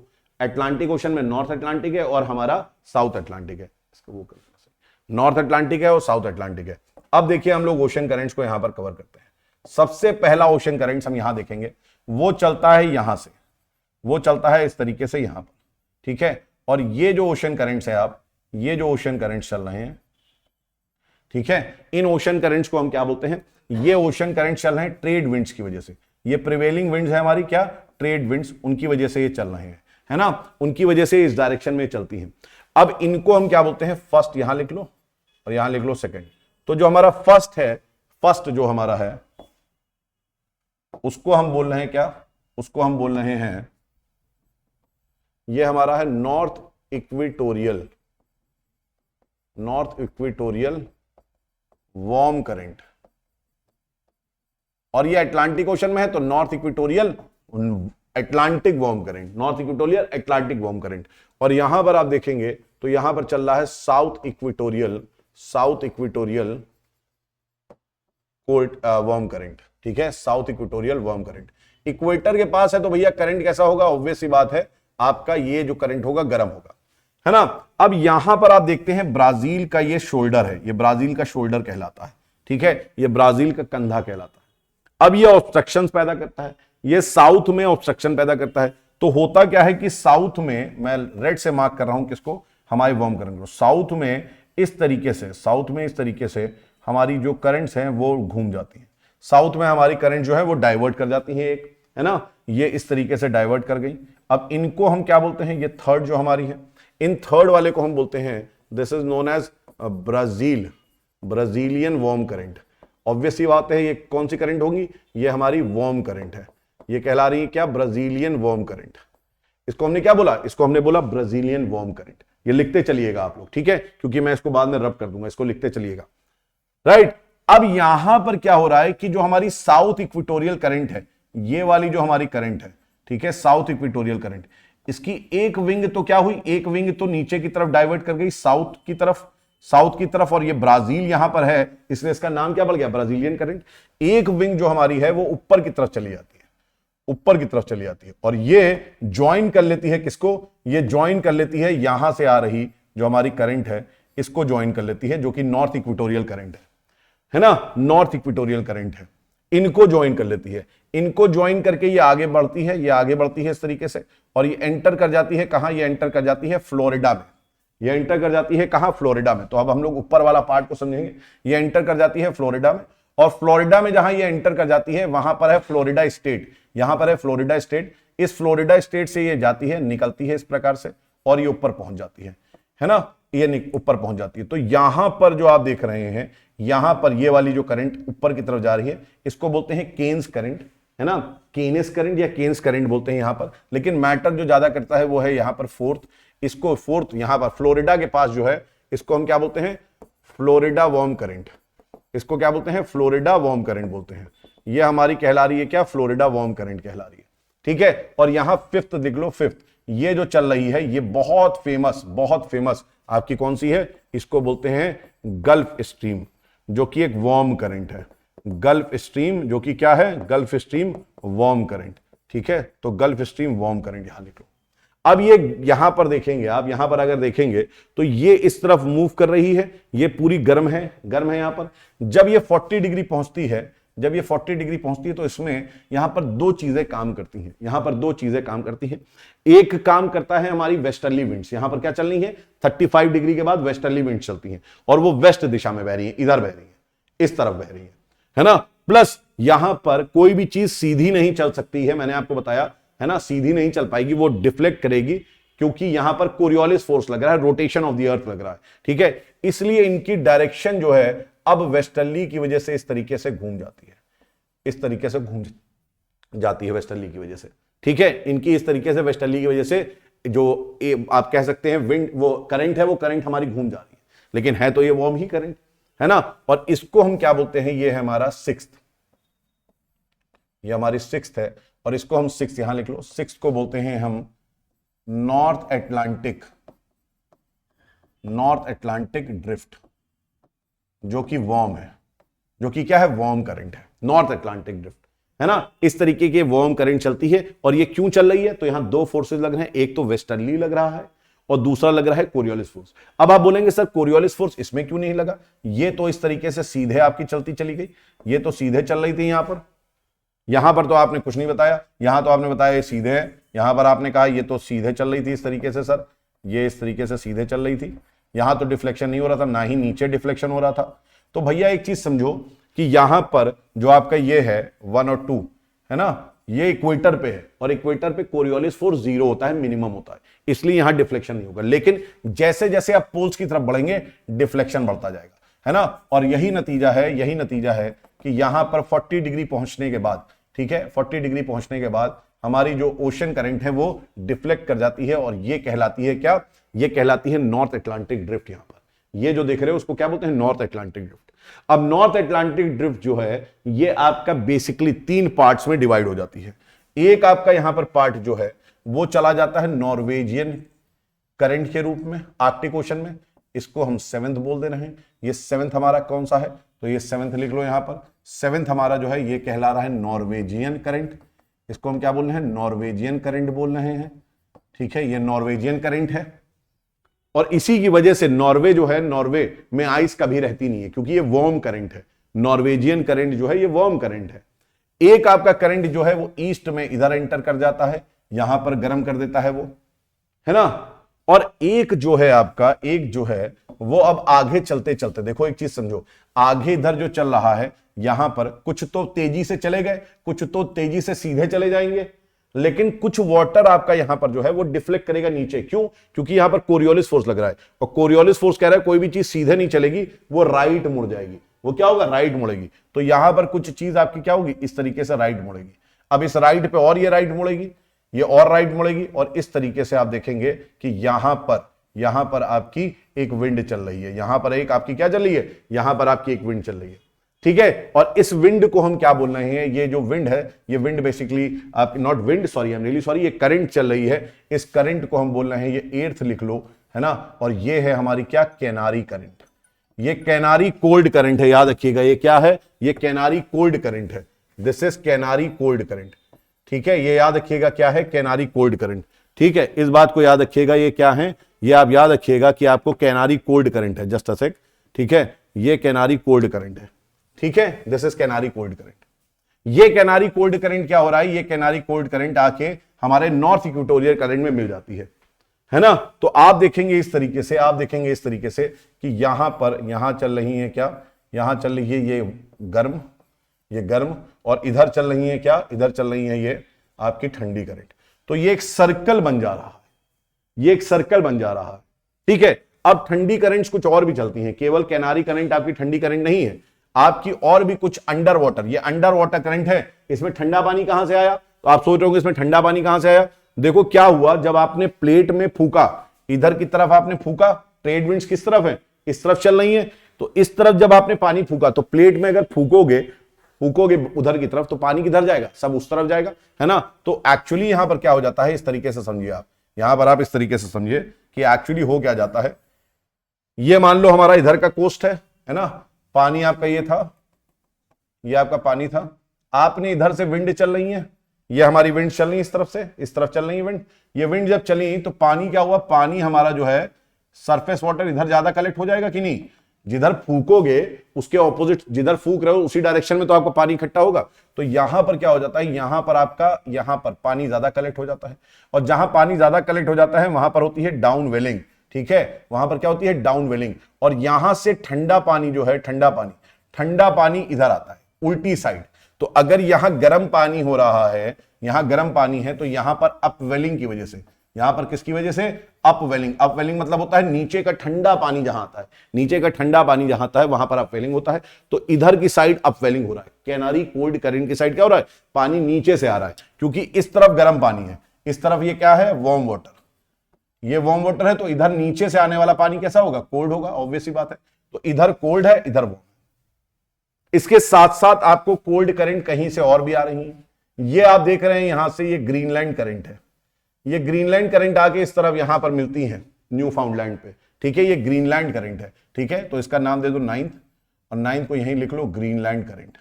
ये ग्रीनलैंड करंट जो है इनको हम इरमिंगर भी बोलते हैं, इरमिंगर करंट। ये कोल्ड करंट है, ये कैसी करंट है? कोल्ड करंट है, इरमिंगर करंट। इधर से आती हैं, यहां से आती हैं। ये आ क्यों नहीं है? क्योंकि यहां पर पोलर ईस्टर्ली चल रही है। भाई पोलर ईस्टर्ली भी तो चल रही है, तो पोलर ईस्टर्ली भी ड्रैग कर रही है इस तरीके से, है ना। ईस्टर्ली विंड्स चल रही है जो कि पानी को किस तरफ जा धकेल रही है? पानी को इक्वेटर की तरफ धकेल रही है। और यहां पर भी अपवेलिंग हो गई। यहां पर भी क्या हो रहा है? अपवेलिंग हो रहा है। इस तरफ भी अपवेलिंग हो रही है। क्यों अपवेलिंग हो रही है? इधर गर्म पानी है, इस तरफ अब गर्म पानी है, तो अपवेलिंग इसकी ऑपोजिट साइड हो रही है। ठीक है, तो यहां पर अपवेलिंग हो रही है और ये है हमारी 10th। ठीक है, और इसको हम क्या बोलेंगे? Labrador current. ये कौन सी करंट है हमारी? लैब्राडोर कोर करंट है, Labrador core current.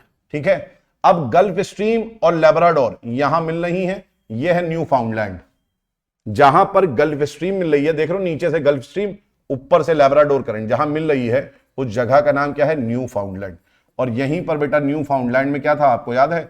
Grand bank, हमने अभी पढ़ा था ग्रैंड बैंक। और ग्रैंड बैंक यहां पर मछलियों के लिए बहुत फेमस है। इनफैक्ट यहां पर फॉग बहुत घना बनता है। वो फॉग चैप्टर जब पढ़ोगे तो तुम्हें समझ में आ जाएगा, यहां बहुत घना फॉग बनता है। ठीक है, तो नॉर्थ इक्वेटोरियल अगर हम लोग देखें तो नॉर्थ अटलांटिक अगर हम लोग देखें तो नॉर्थ अटलांटिक में ये हमारी करंट चल रही है ना। अब यहां पर एक चीज और समझनी है, हमें साउथ का भी समझना है, लेकिन साउथ से पहले बता दूं कि यहां पर ये जो फर्स्ट और सेकंड है, मतलब नॉर्थ इक्वेटोरियल और साउथ इक्वेटोरियल जो करंट है, इनके बीचों बीच एक करंट चलती है जो कि उल्टी दिशा में चलती है। ठीक है, और ये आप 11वीं लिख सकते हैं, लेकिन ये बहुत स्ट्रांग नहीं है ये, लेकिन विपरीत चल रही है, काउंटर चल रही है। तो इसको हम बोलते हैं क्या? Equatorial counter current, equatorial counter currents. तो यहां पर जो आप करंट चल रही है ये इक्वेटोरियल काउंटर करंट्स है।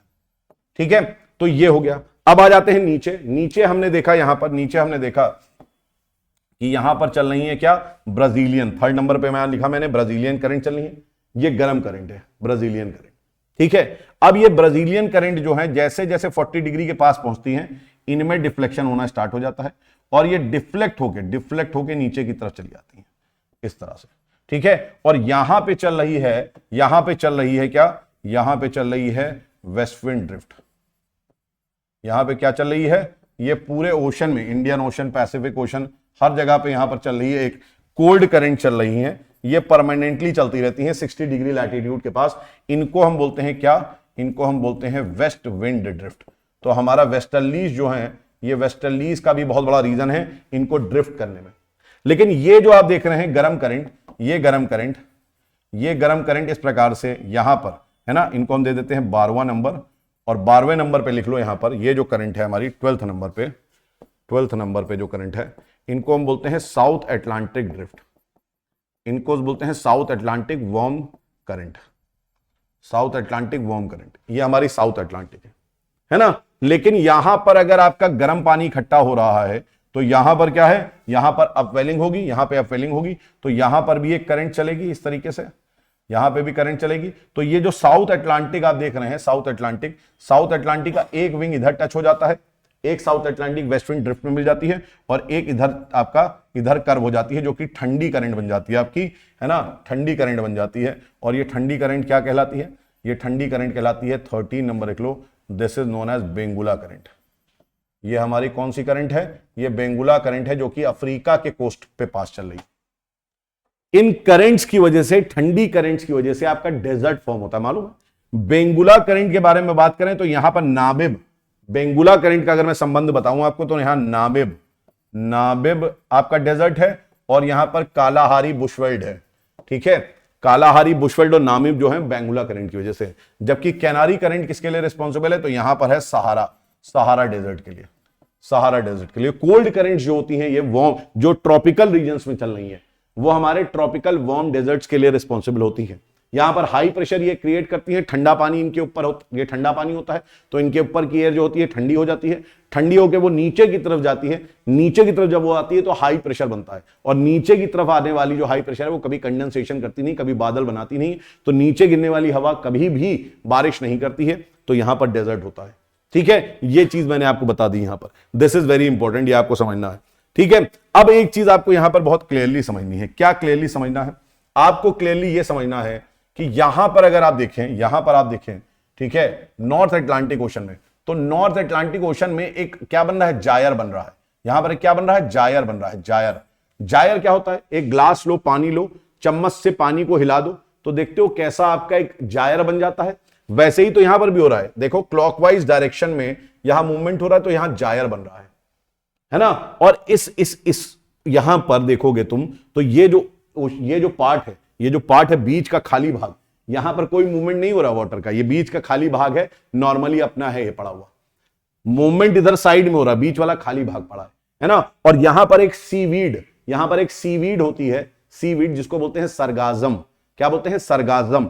और सरगाजम के नाम पे इसका नाम पड़ जाता है, सरगाजम के नाम पे इसका नाम पड़ गया क्या, इसका नाम पड़ गया सरगासो। इसको बोलते हैं सरगासो सी। क्या बोलते हैं इसको, सरगासो सी। ठीक है, ये सरगासो सी आपको नॉर्थ अटलांटिक में मिलेगा।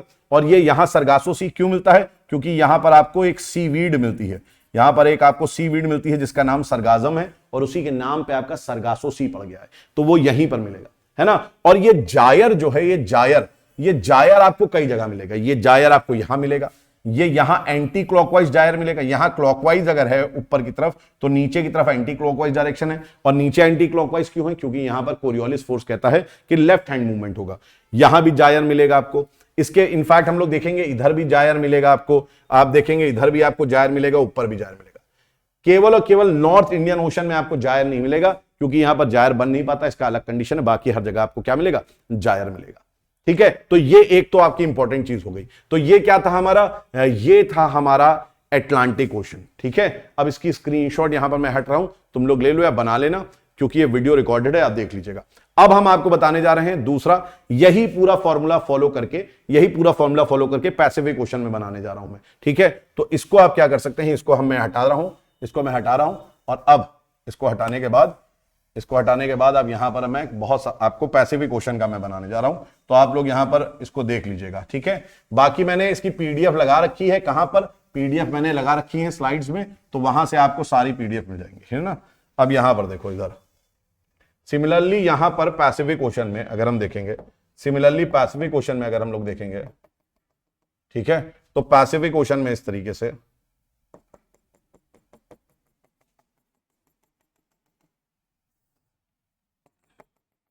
सिमिलरली अगर हम लोग पैसिफिक ओशन में देखेंगे, तो पैसिफिक ओशन में भी आपकी करंट चलती है। पहले देख लेते हैं इधर करंट्स कौन सी चलती हैं। यहां से आपकी चलती है नॉर्थ इक्वेटोरियल पैसिफिक करंट। ठीक है, ये क्या होती है, नॉर्थ इक्वेटोरियल पैसिफिक करंट। और इधर नीचे चलती है क्या आपकी, नीचे चलती है आपकी साउथ इक्वेटोरियल पैसिफिक करंट। इधर चलता है क्या आपका counter equatorial counter currents, ECC, है ना, इसको अलग कलर से मेंशन करते हैं। और यहां पे चलती है आपकी उल्टी डायरेक्शन में जो कि वीक करंट होती है, ये चलती है ईसीसी, इक्वेटोरियल काउंटर करंट, है ना। अब अगर हम लोग बात करें यहां पर, तो ये यहां से आएंगी, उधर से इधर जा रही है, इधर से निकल रही है, और यहां पर ये आके, यहां देख रहे हैं आप, यहां पर आपके आइलैंड्स है, आइलैंड्स में आके टर्न कर जाएंगे। यहां पर 40 डिग्री है, और ये टर्न करके यहां पर जो है, इनको बोलते हैं कुरुशियो करंट्स। ये कुरुशियो वार्म करंट्स है। ठीक है, ये कुरुशियो वार्म करंट्स कहलाती हैं, इस तरफ से चलती हैं, है ना। और ये आगे आके इस तरीके से मुड़ जाती है, ये इस तरीके से मुड़ जाती हैं, इधर से ये निकलती हैं यहां पे, राइट। इनको हम क्या बोलते हैं, इनको बोलते हैं नॉर्थ पैसिफिक ड्रिफ्ट। इनको क्या बोलते हैं, एनपीडी, नॉर्थ पैसिफिक ड्रिफ्ट। ठीक है, ये नॉर्थ पैसिफिक ड्रिफ्ट यहां पर जाके टकराती हैं, उसकी एक ब्रांच इस तरीके से यहां पर क्या कहलाती है, अलास्कन करंट। ये हमारी अलास्कन वार्म करंट है, जो कि अलास्का में इस रीजन में बर्फ नहीं जमने देती है। ठीक है, और ये इस तरीके से यहां पर मूव कर जाती है। ठीक है, ये यहां पर मूवमेंट इसका इस तरीके से हो रहा है। अब एक चीज याद रखिएगा, यहीं पर आपकी एक दूसरी तरफ, अगर इस तरफ आपका वार्म वाटर है, इस तरफ वार्म वाटर है, तो दूसरी तरफ आपका कोल्ड वाटर होगा, और यहां पर आपका ड्रिफ्ट इधर चल देती है कुछ पानी की, और ये जो आपके चलती हैं, जो बाद में जाके नॉर्थ इक्वेटोरियल पैसिफिक करंट में मिल जा रही हैं, इनको बोलते हैं कैलिफोर्नियन करंट। ये कैलिफोर्नियन कोल्ड करंट है। कौन सी करंट है, कैलिफोर्नियन कोल्ड करंट है।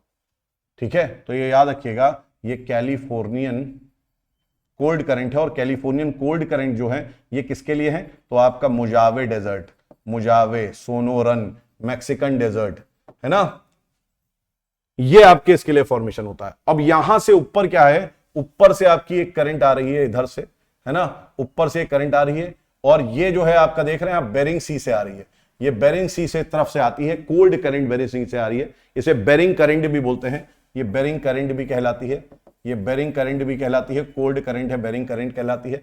और इधर से आपकी एक और ठंडी आ रही होती है जिसको बोलते हैं उखोत्सक, ये आपकी एक और यहां करंट आ रही होती है उखोत्सक करंट, उखोत्सक करंट, ये भी कोल्ड करंट है, ठीक है। और ये मिल के यहां पर, ये मिल के यहां पर बन जाती है क्या आपकी, ये मिल के यहां बन जाती है ओयाशियो, ये मिल के बन जाती है ओयाशियो।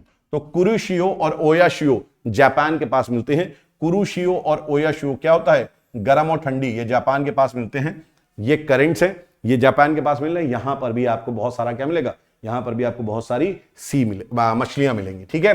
ये मछली के बहुत अच्छा होता है, मछली को बहुत अच्छा है, ठीक। अब अगर हम लोग नीचे की तरफ आ जाए, नीचे की तरफ आ जाए, तो नीचे की तरफ हम लोग देखेंगे कि इस तरीके से यहां पर ये आपकी विंड्स आती हैं और ऑस्ट्रेलिया के पास आके ये नीचे की तरफ जाने लगती हैं, ये ऑस्ट्रेलिया के पास आके नीचे की तरफ जाती हैं। इस तरीके से आप देखते हैं यहां पर, इस तरीके से आप देखते हैं कि यहां पर हमारा वेस्ट विंड ड्रिफ्ट है, ये वेस्ट विंड ड्रिफ्ट चलता रहता है ना। ये हमारी कौन सी ड्रिफ्ट है, ये है हमारी वेस्ट विंड ड्रिफ्ट, ये ठंडी है ड्रिफ्ट जो कि 60 डिग्री लैटिट्यूड पे चलती रहती है। उसमें जाके यहां पर ये हमारा वेस्ट ऑस्ट्रेलियन, इसको बोलते हैं वेस्ट ऑस्ट्रेलियन ड्रिफ्ट करंट, ये हमारा वार्म करंट है, वेस्ट ऑस्ट्रेलियन वार्म करंट, मैं रेड से यहां मार्क कर रहा हूं इसको। तो जब वार्म करंट इधर हमारा इकट्ठा हो जाएगा, जब इधर हमारा वार्म करंट इकट्ठा हो जाएगा, तो दूसरी तरफ यहां पे है ना, ये जो आपकी करंट चल रही हैं, ये जिनको हम क्या बोलते हैं, इनको हम बोलते हैं, यहां पर आप देखिए, इनको हम बोलते हैं, क्योंकि ये साउथ में चल रही है तो ये साउथ पैसिफिक ड्रिफ्ट कहलाती हैं।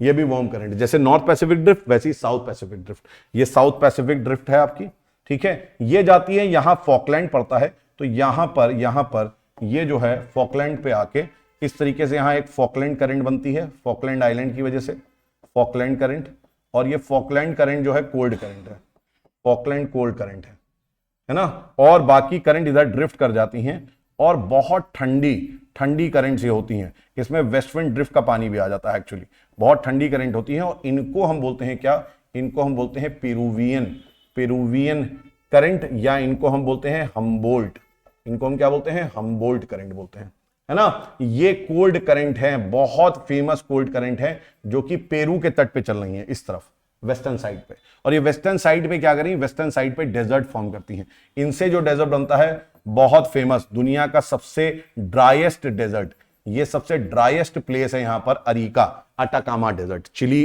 के पास, पेरू और चिली के पास अटाकामा डेजर्ट बनता है। तो ये जो हमारी हैं, ये करंट्स कौन सी हैं, ये करंट्स हमारी हैं पैसिफिक ओशन की करंट्स, ठीक है, ये पैसिफिक ओशन की करंट्स है। अब हम लोग जो है, हम लोग देख लेते हैं आखिरी करंट हमारी, आखिरी करंट जो हमारी है वो किसकी है, इंडियन ओशन करंट्स है। आखिरी करंट जो हमारी है वो इंडियन ओशन करंट्स है। और इंडियन ओशन करंट्स हमें बताओ किस चीज का एक बहुत बड़ा प्रूफ देती हैं, किस चीज का एक बहुत बड़ा एविडेंस देती हैं। ये हमें एविडेंस देती हैं कि हमारे जो प्रिवेलिंग विंड्स हैं, जो हमारी परमानेंट विंड चल रही हैं, उनकी वजह से, विंड्स की वजह से ही ओशन करंट्स हैं। ये बताती है हमें क्या, ये हमें बताती है इंडियन ओशन की करंट्स, ये प्रूफ कर देती है। क्यों प्रूफ कर देती है, आप कहेंगे सर ऐसा क्या हो रहा है, ऐसा बेटा यहां पर ये हो रहा है, देखो ये है हमारी क्या, इक्वेटर, दिस इज इक्वेटर, ये इक्वेटर है, ठीक है, ये इक्वेटर है हमारा 0 डिग्री, ठीक है। अब यहां पर आप देखिएगा, यहां पर क्या है कि यहां पर नीचे, तो यहां पर इस तरफ भी, यहां पर क्या चल रहा है, यहां पर चल रहे हैं south equatorial Indian ocean current चल रही है, जो कि इस तरह से आती हैं, इस तरीके से आके कुछ आपकी मेडागास्कर के पास से इधर से और इधर से निकल जाती है ना। इनको हम क्या बोलते हैं, मेडागास्कर से जब ये पास कर रही होती है तो यहां मोजाम्बिक चैनल है, तो इनको हम बोलते हैं मोजाम्बिक, इनको हम बोलते हैं क्या, मोजाम्बिक करंट, ये क्या बोलते हैं, मोजाम्बिक करंट। और ये जब नीचे आती हैं तो यहां पर अगलहास है, तो इनको नीचे हम क्या बोलते हैं, इसी करंट को हम नीचे बोलते हैं अगुलहास करंट, अगुलहास करंट, नीचे इन्हीं करंट को बोलते हैं अगुलहास करंट। ये आपकी नीचे की तरफ मुड़ती हैं, नीचे की तरफ मुड़ती हैं, और इस तरीके से क्या कहलाती हैं, ये कहलाती हैं साउथ इंडियन ओशन ड्रिफ्ट, ठीक है, साउथ इंडियन ओशन ड्रिफ्ट कहलाती हैं। और ये इधर आपका मूव कर जाती है, नीचे चल रही होती है, आप जानते हैं नीचे चल रही है, ये क्या, वेस्ट विंड ड्रिफ्ट चल रही है, यहां पे वेस्ट विंड ड्रिफ्ट चल रही है नीचे, ये परमानेंट ड्रिफ्ट है जो चलती रहेंगी ठंडी। वेस्ट विंड ड्रिफ्ट का पार्ट, वेस्ट विंड ड्रिफ्ट का पार्ट, और आपका ये जो देख रहे थे आप, इनका, ठीक है, जो आपकी यहां पर ड्रिफ्ट थी, साउथ इंडियन ओशन ड्रिफ्ट, ये हमारी ईस्ट ऑस्ट्रेलिया, वेस्ट ऑस्ट्रेलिया की तरफ से आती है। मैंने अच्छा इसके पहले यहां पर यार वेस्ट लिख दिया था, उसको सही कर लेना, यहां पर ईस्ट होगा, वो ईस्ट ऑस्ट्रेलियन है, मैंने वेस्ट लिख दिया था, उसको सही कर लेना। यहां पर ईस्ट ऑस्ट्रेलियन करंट चल रही थी, जो ये करंट थी वार्म करंट, ये जो वार्म करंट थी ये ईस्ट ऑस्ट्रेलियन थी, इसको सही कर लेना, ठीक है, ये ईस्ट थी, आई एम रियली सॉरी, इसको ईस्ट कर लेना, ईस्ट ऑस्ट्रेलियन थी ये, ठीक है, वार्म करंट थी। यहां पर चल रही है क्या आपकी वेस्ट ऑस्ट्रेलियन, ये आपकी ठंडी है, ये आपकी ठंडी है करंट्स, इनको हम क्या बोलते हैं, वेस्ट ऑस्ट्रेलियन करंट्स बोलते हैं, वेस्ट ऑस्ट्रेलियन करंट्स। और इस वेस्ट ऑस्ट्रेलियन करंट से, इस वेस्ट ऑस्ट्रेलियन करंट से आपका ये जो रीजन है, यहां पर आपको डेजर्ट मिलते हैं। कौन से डेजर्ट, आपके ऑस्ट्रेलियन, ग्रेट ऑस्ट्रेलियन डेजर्ट्स, है ना, ग्रेट ऑस्ट्रेलियन डेजर्ट जो है आपके हैं, सिम्सन, गिब्सन, है ना, सैंडी, विक्टोरिया, ये सब यहीं आपको डेजर्ट मिलेंगे।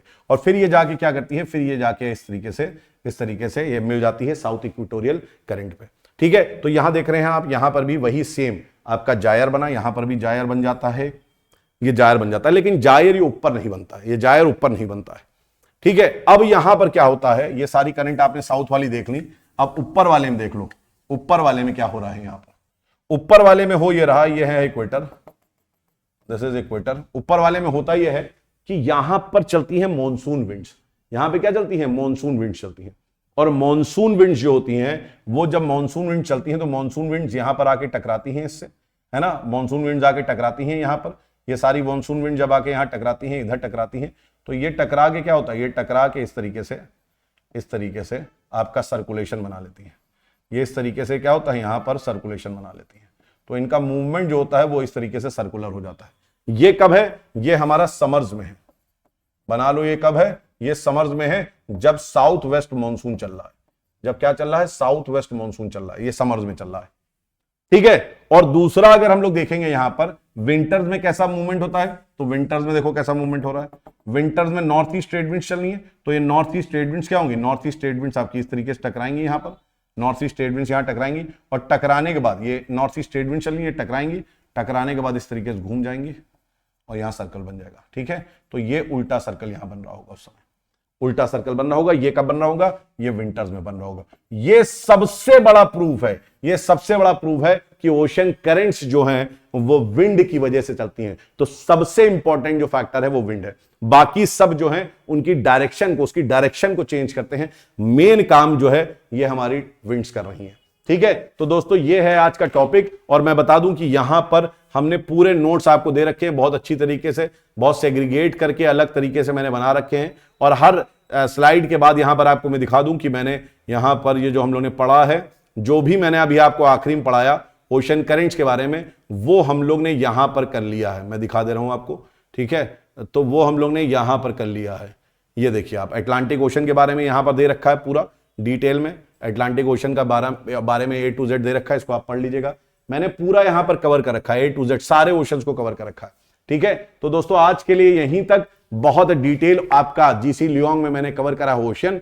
आई होप आपको मजा आएगा और आई होप इसको आप अच्छे से पढ़ेंगे। आज के लिए इतना ही, thank you, take care, bye bye.